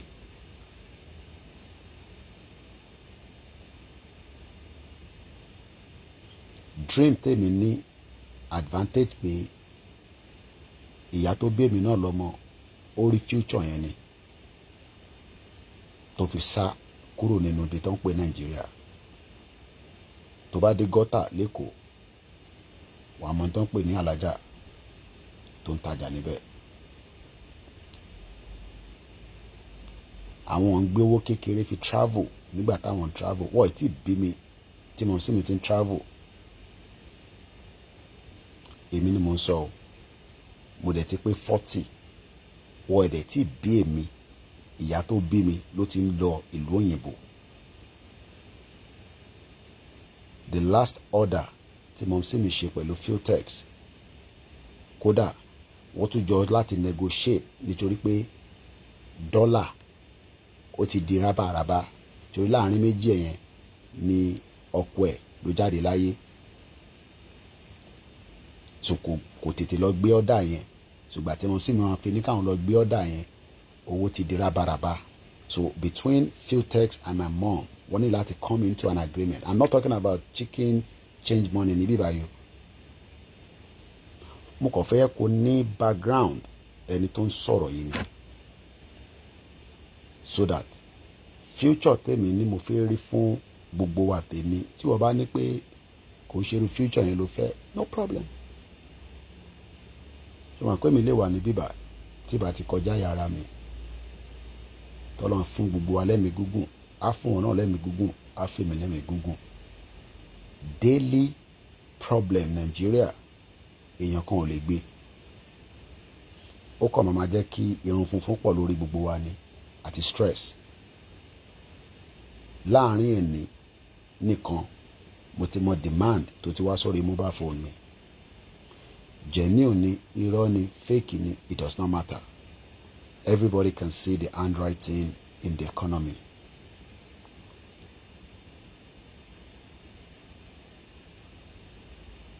Lótìtọ́ we can only blame ourselves tá a bá ti ṣe mistake again this time around. Ní 30 years ago àwọn tó mọ̀rọ̀ táwa ń sọ yìí wọ́n sọ jáde because 30 years ago irúgbà tí Tinubu sọ pé òun ò believe in wọn Nàìjíríà tó bá jẹ́ pé irú mídíà báyìí ni Tinubu fi ń sọ̀rọ̀ níjọ́ náà lọ́hùn ó ṣeé ṣe gan kó má wá di president torí pé anyway náà ó lè kọ́rọ̀ ẹ̀ jẹ́ torí ilé ayé nìyẹn. But ṣó fi pé irú èmi nísìn níbi tèmi sọ̀rọ̀ délé ní lálẹ́ yìí tí bá wá ní mò ń fẹ́ Yorùbá nation mọ́ ìsídà kí n walk away kí n ra máa bá tèmi lọ dà pé kí n tún wá sọ pé mo fẹ́ Nàìjíríà ṣòrí pé kò make sense ṣòrí already kò ń ṣe pé mò ń do bad in 25 years gbogbo pay slip mi tí mo fi ṣiṣẹ́ nílùú yìí ó sì wà lọ́wọ́ mi. Tí bá wo pay slip mi mo mọ iye tí mò ń gbà to the standard of iṣẹ́ tí mo lọ ṣe. So we are talking about the future now of the next generation. Tí ọ̀pọ̀lọpọ̀ ọmọ Yorùbá tó wà níta àtẹ̀yìntẹ́ wa nulẹ̀ tí ẹ mọ̀ consciously àbí tí ẹ mọ̀ consciously, ọ̀nà méjì ni.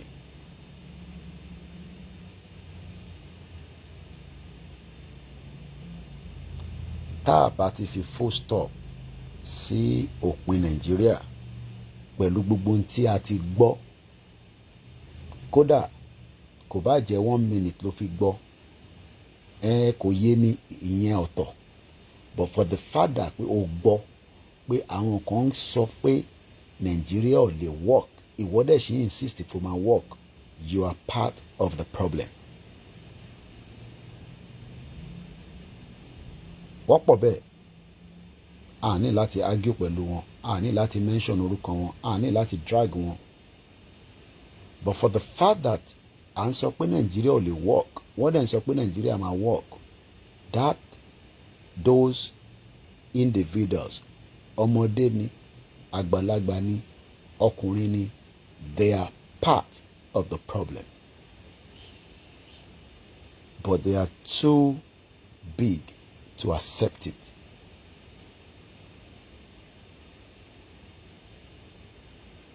And problem sometimes cannot be solved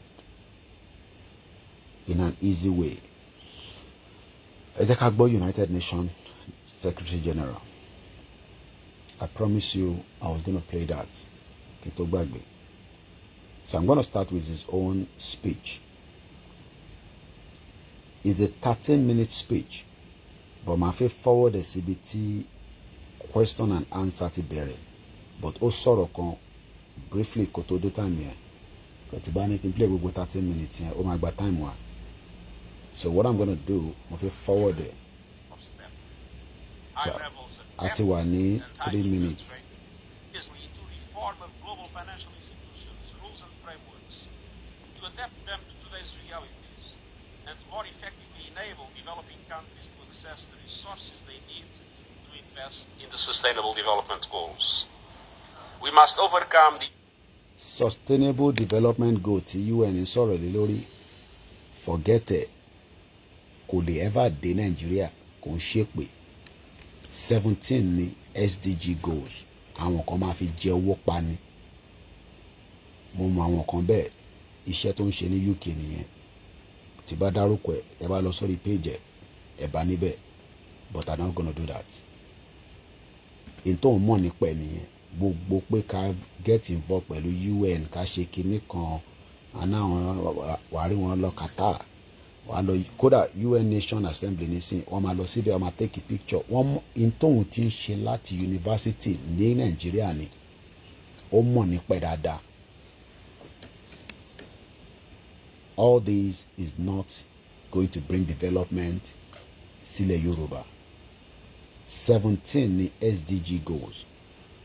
Ó ní rí ẹyọ kan nínú ẹ̀ tó máa ṣiṣẹ́ nílẹ̀ Nàìjíríà àbí tó máa ṣiṣẹ́ nílẹ̀ Yorùbá. Tó bá sọ fún ẹ pé ó máa ṣiṣẹ́, wá fi ìkó kó fi kàn mí lórí, màá gbórí mi sílẹ̀ fún ẹ. Anywhere tó bá wà in the world, màá gbé orí mi sílẹ̀ kó kan rí mi. Tó bá parọ́ fún ẹ pé SDG goal tí United Nations sọ̀rọ̀ ẹ̀ lọ́wọ́lọ́wọ́, tí ẹni tó jẹ́ representative America tóun náà mention pé òun ló máa jẹ́ focus wọn nínú interfaith discourse ní United Nations General Assembly, kò ní ever ṣẹlẹ̀ ní Nàìjíríà ní generation tiwa if we remain as Nigerians. But nínú ẹ̀, it has become a loophole láti fi gba fund towards àwọn tí wọ́n fi gbé project irọ́, project tòótọ́ wá sí Nàìjíríà. 17 ni SDG goals yẹn, and out of that 17 mo play UN General Assembly. Out of that 17 SDG goals, because gbogbo phone yẹn mo kó síwájú laptop, so I'm struggling to see anything. Ètò important jù ní SDG goals yẹn, òun ni number 1. Mo ń bí ẹ lálẹ́ ìwọ tó ń gbọ́ mi tó ní family nílé àti ìwọ tó wà Nàìjíríà, ṣó fi pé wọ́n lè yọ poverty kúrò nínú Nàìjíríà within the next 8 years of this government. Àwọn kan lè argue pé poverty náà wà ní UK, bẹ́ẹ̀ ni, but tí poverty bá wà ní UK, ọmọ kankan ni ó lọ sórí bed láì fi kan sínú. Òbí tó bá ṣe bẹ́ẹ̀ á jẹ́ pé kò tí ì béèrè lọ́wọ́ àwọn tó yẹ kó béèrè lọ́wọ́ ẹ̀. Tó bá dẹ̀ ń bẹ ní UK, tó bá sọ fún mi pé ọmọ ẹ̀ sùn pẹ̀lú ebi, tó bá pè mí lálẹ́ yìí tí ọmọ yẹn ò bá rí oúnjẹ jẹ ní alẹ́ yìí kílẹ̀ tó mọ́, kó pè mí ní bomb bastard. Mo ní láti send owó sí ẹ, màá sọ ohun tó máa ṣe fún ẹ. Oúnjẹ máa wá sínú ilé ẹ, o dẹ̀ ní kúrò nínú ilé yẹn. Èmi Koiki ni mo sọ bẹ́ẹ̀. Torí pé àwọn kan máa bẹ̀rẹ̀ sí ń sọ̀rọ̀ pé tó bá ní poverty wà, wọ́n ní ṣebí poverty náà wà ní UK. À ń sọ pé poverty pé kí ọmọ lè rí nǹkan jẹ kó tó wọ bẹ́ẹ̀dì ni mo ń sọ nísìn. Ní tó 12 ó lè ṣe pè mí pé Koiki mo fẹ́ dánwò ló bí yọkẹrẹ, mo ò ní kúrò nínú ilé mi, mo dẹ̀ ní send owó sí ẹ, but oúnjẹ máa déwájú ilé ẹ, wọ́n máa pọ́nlẹ̀kùn, wọ́n wá gbé wá bẹ́ẹ̀. Bèbí kan kú ní Scotland. Àwọn tó bá ń gbé nílùú yìí wọ́n mọ story tí mo fẹ́ sọ yìí. Kò ń ṣọmọ Nàìjíríà, bọ́mọ Áfíríkà ni.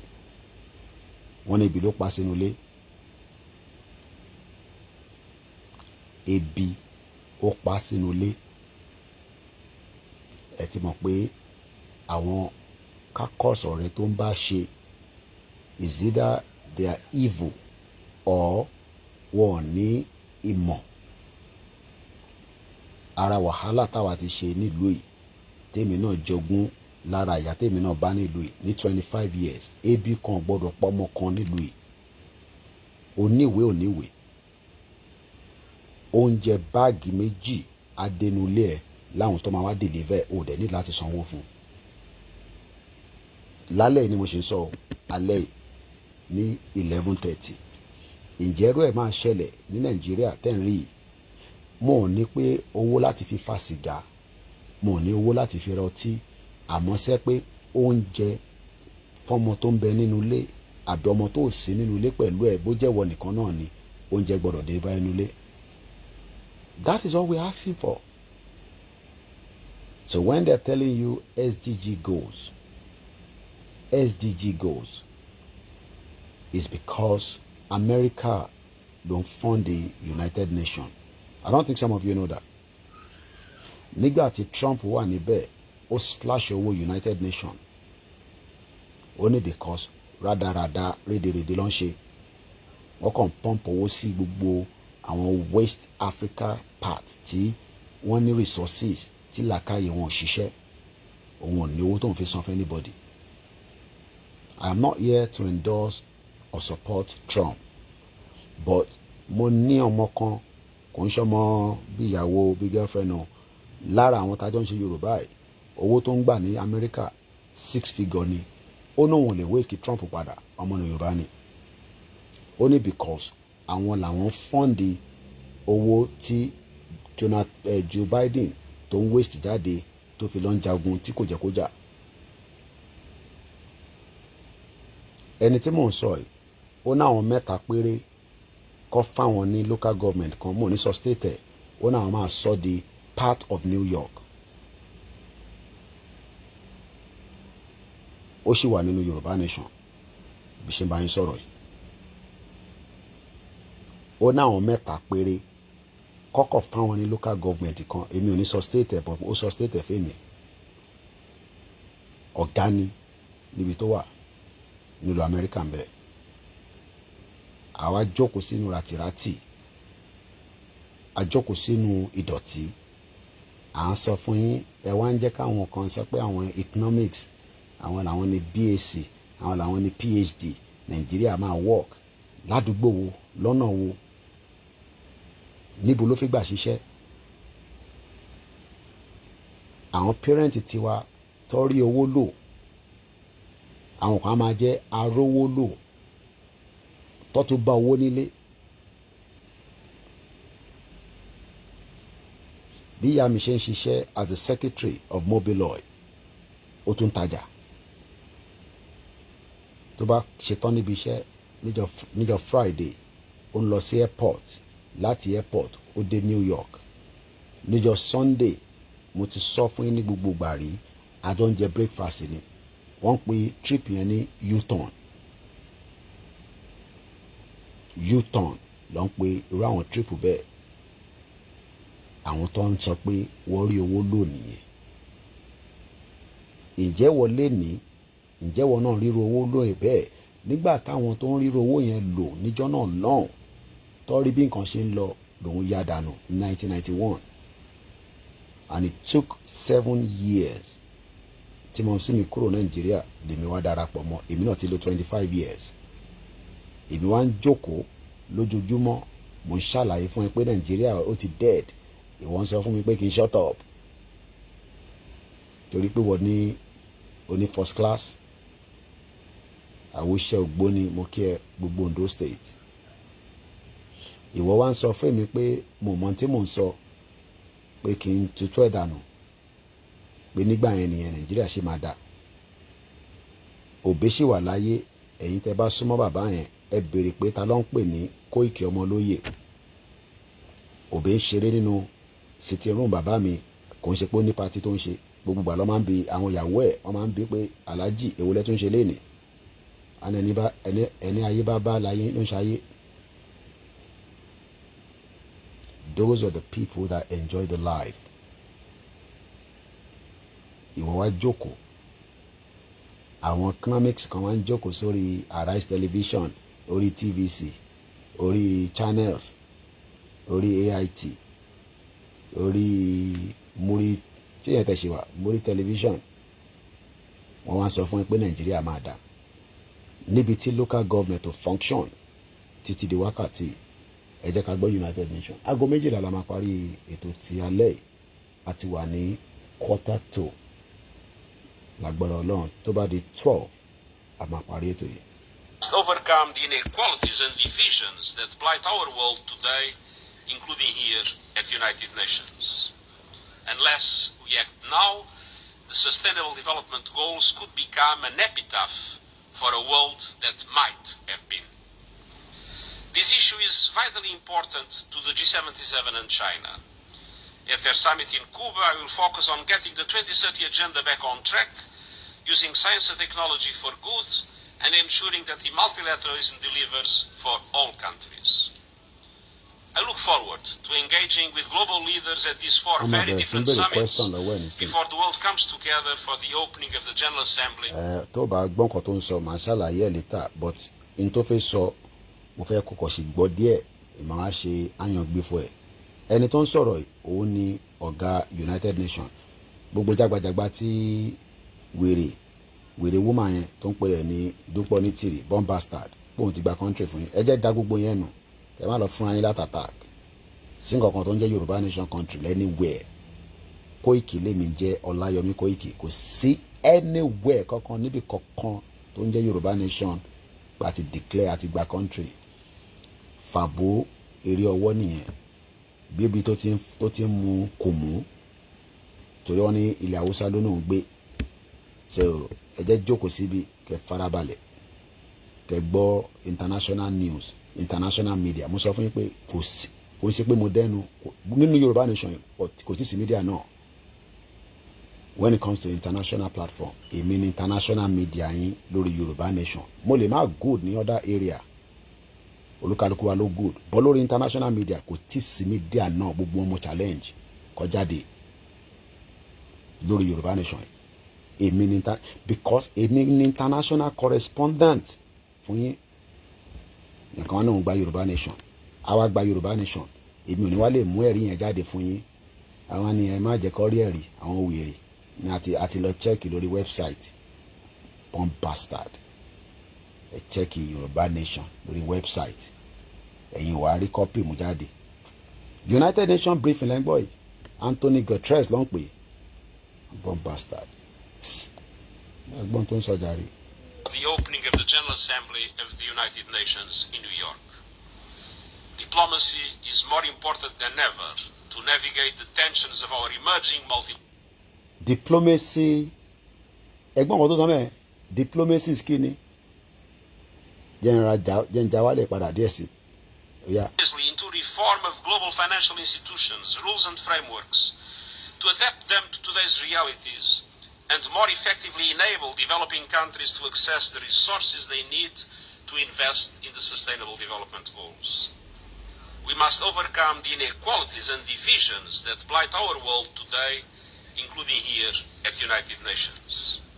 Unless we act now, the Sustainable Development Goals could become an epitaph for a world that might have been. This issue is vitally important to the G77 and China. At their summit in Cuba, I will focus on getting the 2030 agenda back on track, using science and technology for good, and ensuring that the multilateralism delivers for all countries. Okay. I look forward to engaging with global leaders at these four very different summits before the world comes together for the opening of the General Assembly of the United Nations in New York. Diplomacy is more important than ever. Diplomacy is more important than ever. Òun ló easy jù láti sọ. Wọ́n ti rí situation sort out ní Ukraine àti Russia. Diplomacy òun ló dájú.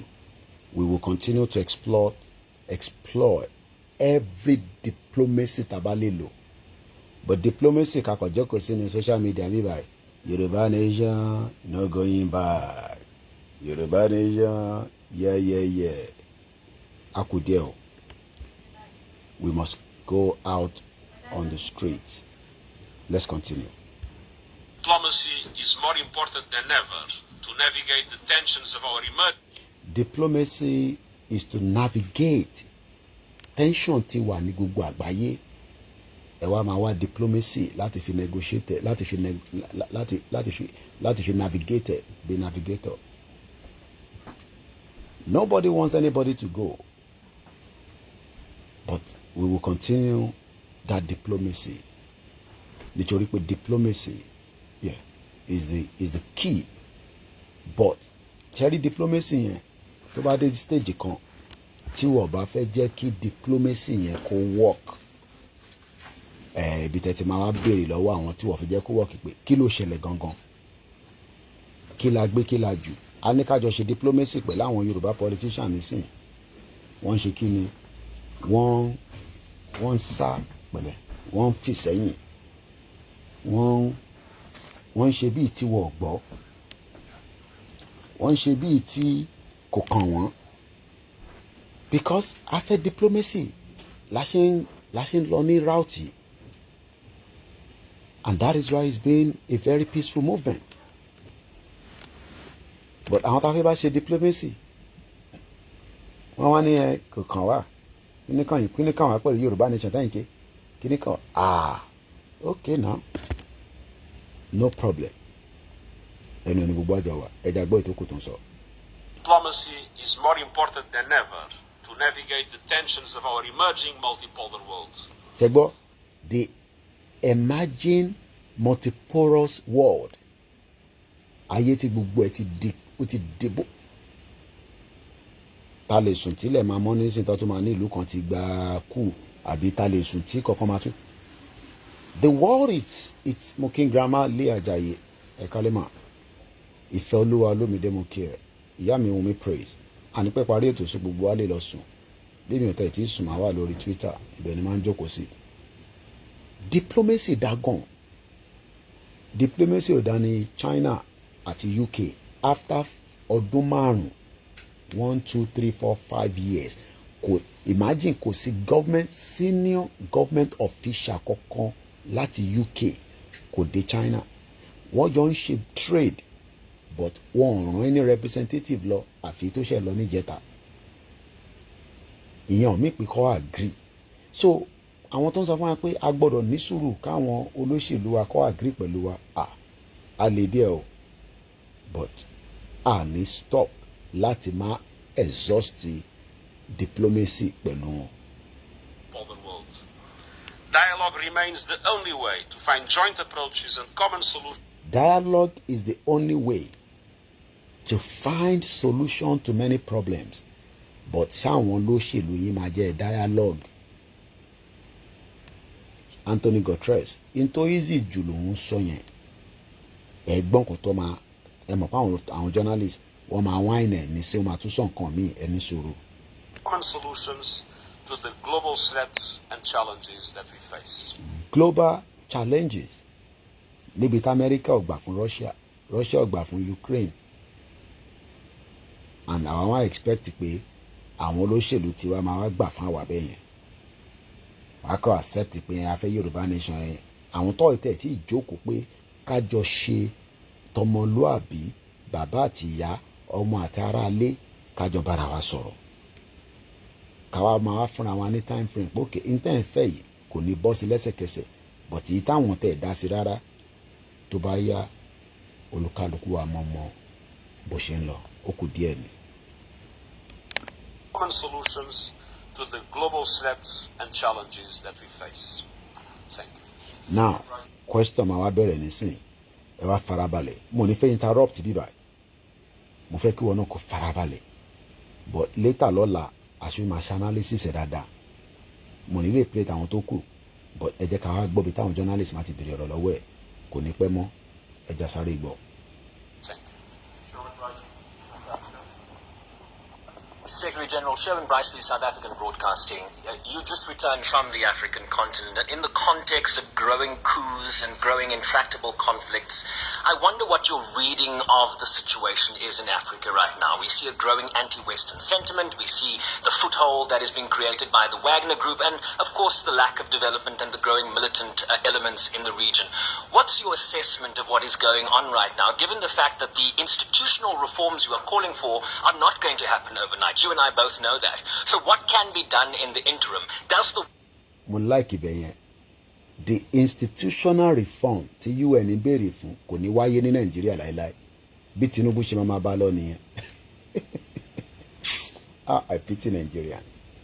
Ṣé mọ̀ pé ìdí tá a ṣe ní Nigeria work náà ni pé kò sí institutional system. Okay, institutional ṣiṣẹ́ Ṣòwòrẹ́ náà fẹ́ lọ rí Nnamdi Kanu ní right láti jẹ́ kí ó ní visit nílùú yìí èmi ti lọ visit ẹ̀ tó mú sí prison rí ní some years back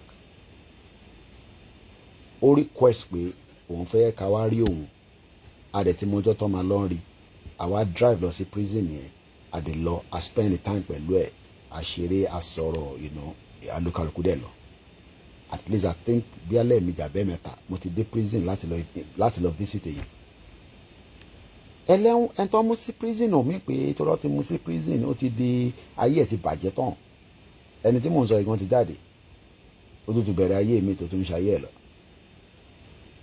ẹ gbọ́ mi yé ọwá ẹja so institutional reform tẹ́ ń fẹ́ ẹ̀yin elite wa ọlọ́run àjẹ́ rí pẹ̀lú Tinubu tí Tinubu bá wá fún yín tán ọlọ́run jẹ́ kí málà tó ń bọ̀ kó retain ẹ̀ institutional reform ọmọ pa ti fẹ́ wọ 2 hours but ẹ má bínú ẹja sáré gbọ́ tán. What can be done in the interim? Does the world lack a muscular diplomacy that is required for this moment? ẹ̀gbọ́n kan tí journalist yẹn sọ journalist á wáìn ẹ̀ wá sọ̀rọ̀ only does the world has the muscular because ẹ kàn sọ pé káwọn èèyàn lọ ṣe institutional reform àwọn olórí burúkú Nigerian government àwọn olórí burúkú African government olórí burúkú ni gbogbo wọn they are not ready for that institutional reform. ẹ support KOIKI media Adéọ̀sùn Timothy mú kẹ́ bàbá dáadáa èèyàn ṣe farming wọ́n fún ní fertilizer wọ́n fún lówó ó ṣe wà ń wá owó ní tó fẹ́ fi ṣe farming ìyẹn bàbá wa Adéọ̀sùn àwọn ń ṣe ìkún àgbẹ̀ gọ́vnà wà ń bẹ̀ tó lówó lọ́wọ́ kò dá wọn kò dá sí ìlú kan gọ́vnà àṣẹ̀tún wọn wọ́wọ́ lórí social media ẹ wá ní kò ní di ibi tí kò yẹ kó di mi ò dey play ó kù díẹ̀ ni. à ń wá institution mo sọ fún yín pé orí platform yẹn ti máa gbọ́ ọ̀rọ̀ tí United Nations sọ kò sí jágbajàgba tó lórí burúkú Dúpọ̀ Onítìrì tó náà ti gba country fún yín ẹ gbọ́ bí tí United Nations sọ pé ó gba Yorùbá nation fún yín ni.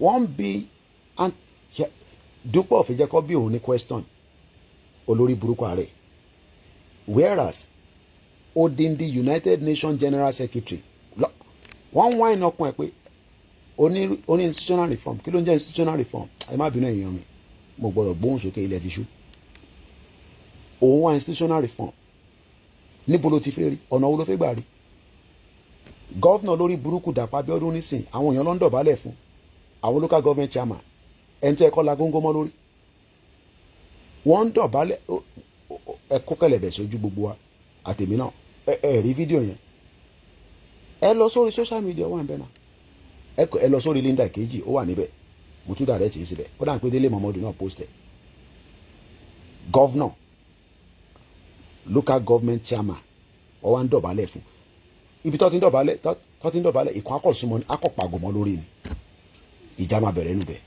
bó wọ́n ní balls nígbà táwọn local government chairman bá lọ ń dọ̀bálẹ̀ fún gọ́vnà ìwọ aráàlú kí lóòrùn pa máa ṣe fún wọn wọn á nà ṣe gèsè lára àná àìtí rẹ̀ dì ẹ̀ ń wá institutional reform níbo lẹ ti fẹ́ institutional reform wọ́n ń bí nísìn pé ọ̀nà wọ́n wá sọ bọ̀bọ̀ yẹn ní you and me Dúpẹ́ dẹ̀ ń sá fún question and answer olórí burúkú ẹ̀ ìjọ tó wá sọ́dọ̀ mi náà kó tó di pé adagbo aléwèrè ẹ̀ lọ mo fi gba question kankan báwo nìyẹn ṣe máa wà tó fi gba question ṣùgbọ́n ẹ̀yin náà ẹ̀ ń fi question ẹ̀ fi fọ́ wa lórí comment section bẹ́ẹ̀ abẹ́ àfi ìta bá fẹ́ ignore lálẹ́ ìyẹn kan ti béèrè question wèrè kan lórí TikTok mo kọ́ra da mo tẹ̀ sí ni pé mo rí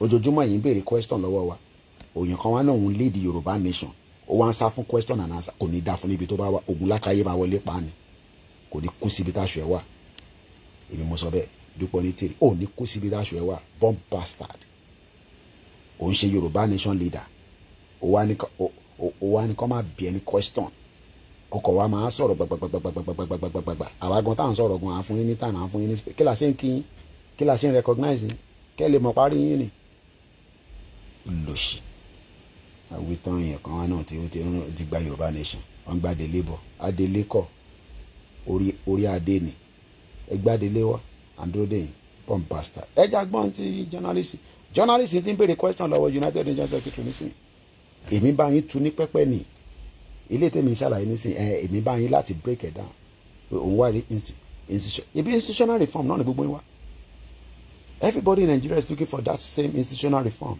where are you going to get it from? Who is going to do it? Who's going to give you that institutional reform? You must all be joking. Let's continue. I think on one hand, we need to strengthen our capacity to support the different African institutions, the African... Only we need to support the different African institutions. Báwo ló ṣe fẹ́ support Nigeria?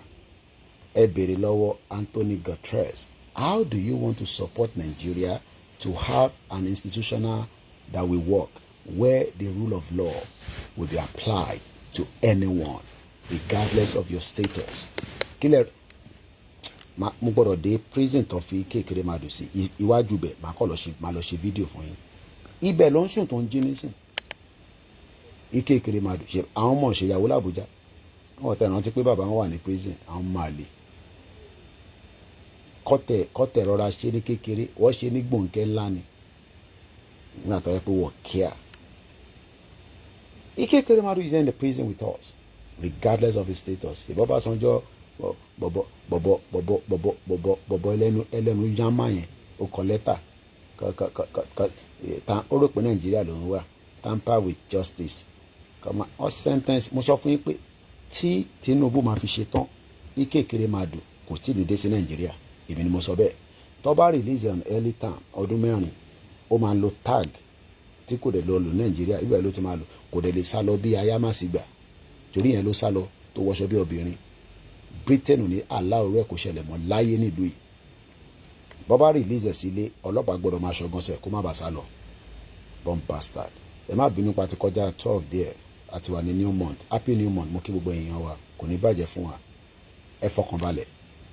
Léni ni ọ̀la ni oṣù tó ń bọ̀ ni next year ni ọdún méjì ní ọdún mẹ́ta ni Nàìjíríà máa dà wó kò sọ́gbọ́n ẹ̀ ó kù díẹ̀ ni. Diplomacy will continue but don't expect any constitutional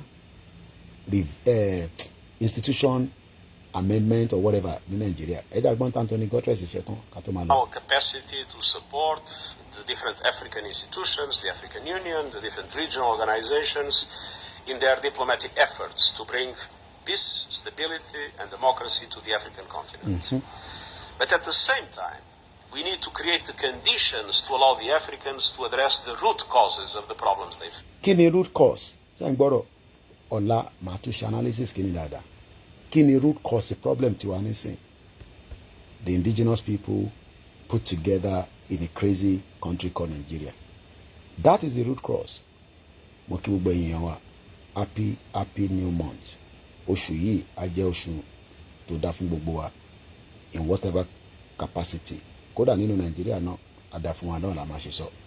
Torí economy Nigeria e get as e be. And the most dramatic of those root causes are in the lack of adequate development.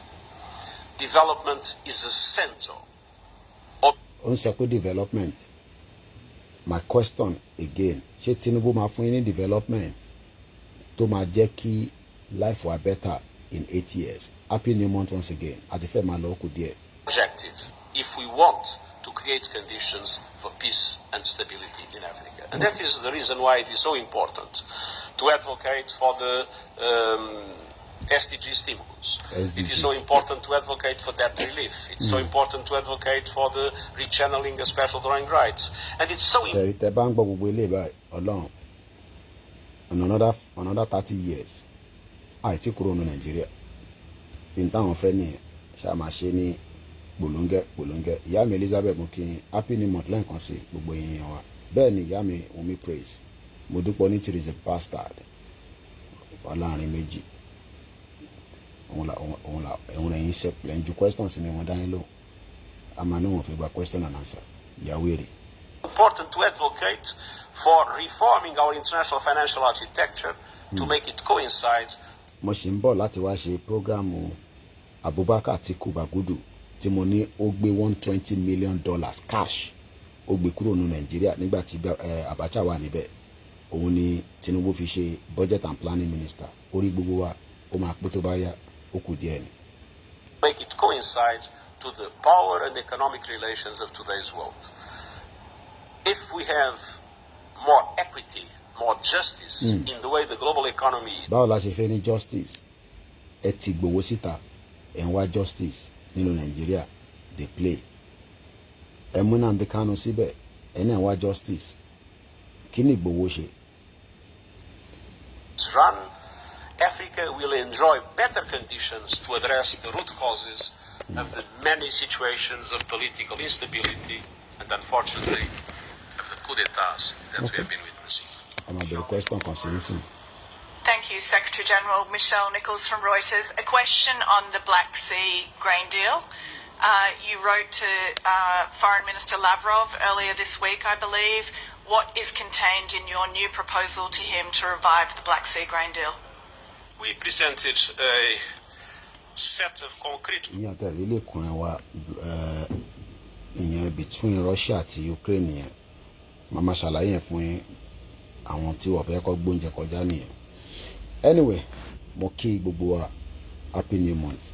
It's 6 minutes past 12 midnight. Ọlọ́run bẹ̀rẹ̀ Èdùmàrè a ṣe ní oṣù àlàáfíà, oṣù ìdùnnú, oṣù àlùbáríkà àti mùsùlùmí àti kristẹni àti oníṣẹ̀ṣe. Ẹ jẹ́ á ṣe sùúrù fúnra wa. Ìntọ́ àwọn wájú wa ojú yẹn lọ. Distraction ti pọ̀ jù on that side. Àwọn tó mú ọ̀nà bá tún wọn lẹ̀ bọ̀ gbogbo wa náà ní Nàìjíríà ti dè mọ́lẹ̀ báyìí. Ẹja wa bá ṣe máa unlock ara wa, bá dẹ̀ ṣe lè unlock ara wa náà ni pé ká máa gbìyànjú. Tó bá yẹ pé mo lọ sùn náà nísìn 2 hours 10 minutes a ṣe à ní lè ṣe, àwa náà ń ṣe kí ni à ń gbìyànjú ni. Kọ́nà ọbẹ̀ Elédùmarè kó wá bá wa dé ìgbìyànjú yẹn kò decide. Àwọn kan ní Jésù wo ànábì wo, ẹja fà àwọn tó wà ní ìlànà yẹn sílẹ̀. Ẹ má ká takò ara wa, kò síbi tí ọ̀nà tí kò lè ṣiṣẹ́, but tí kò bá sí action a máa sọ̀rọ̀ náà ni, àdé máa bẹ Elédùmarè kó bá wa bí action ṣe máa ṣẹlẹ̀. Action òun ló máa ṣẹlẹ̀ tí ọ̀rọ̀ tá à ń sọ gbogbo àwa United Nations báyìí àwa máa sọ̀rọ̀, àwọn ọlọ́mọ máa sọ̀rọ̀ nígbà tí action bá ti ń ṣẹlẹ̀. But for now mo kí gbogbo wa, what God cannot do does not exist. Ọba Elédùmarè á wà pẹ̀lú wa, kò ní fi wá sílẹ̀ o, kò ní fi èmi sílẹ̀, kò ní fi ẹ̀yin sílẹ̀. Ilẹ̀ Yorùbá ò ní bàjẹ́. Gbogbo àwọn tó bá ń gbèrò pé kílẹ̀ Yorùbá kó bàjẹ́, àwọn ni Ọba Elédùmarè á bá wa mú kúrò lọ́nà. Gbogbo ẹni tó bá wá sọ pé Ìgbòho ò ní dé, gbogbo yín pátápátá ni kò ní dé bá láṣẹ Èdùmarè. Ọba Elédùmarè á bá mi dúró ti Dr. Olóyè Sunday Igboho. He sacrificed a lot. 2 years ẹni tó ń lọ lóyìnbó bẹ́ẹ̀ ni tó ń lọ ságége, and I'm not joking, in tí mo mọ̀ ni, while I was there for 6 months. It's not for public consumption. Ó wá dẹni tí ó wà lójú kan, ó dẹ̀ náà ń gba kámú, ó ń gbà fọlọ́hún, bọ́nà ṣe ní ó ṣe máa rí nìyẹn. Ìwọ tí ó wá ń tọ́ka sí pé and then so what, ó kú ẹ̀, ó kú Elédùmarè, ó máa yọ̀dá máa sùn.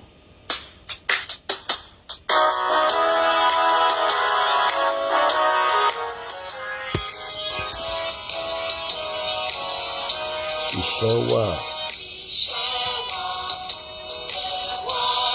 orílẹ̀-èdè, ẹ jẹ́ ká gbéga, àgbéga, àgbéga. Ìgbàgbọ́ bá ti bẹ̀rù, ẹ jẹ́ ká jọ ṣiṣẹ́. Ó dàárọ̀. Ìṣọ̀kan ní kẹjẹ́, tẹ̀síwájú ọ̀pọ̀ ire àtọ̀hún ọgbọ́n dúdú wa.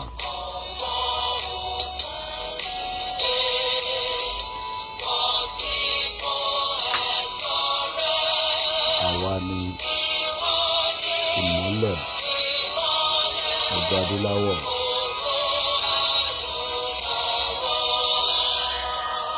Báríkà Jímọ̀ fún gbogbo àwa Mùsùlùmí tí bàbá pé ní Friday ìní, àwa sọ pé ìní ó rán yín lámà sùn. Gbogbo ẹni tí ń bá dárúkọ ẹ jọ̀ọ́ ẹ má fi ṣèbínú. I love you all. Thank you so much. My name is Olami KOIKI, and you've been listening to KOIKI Media, bringing the world closer to your doorstep. Good night, everybody. Bye for now.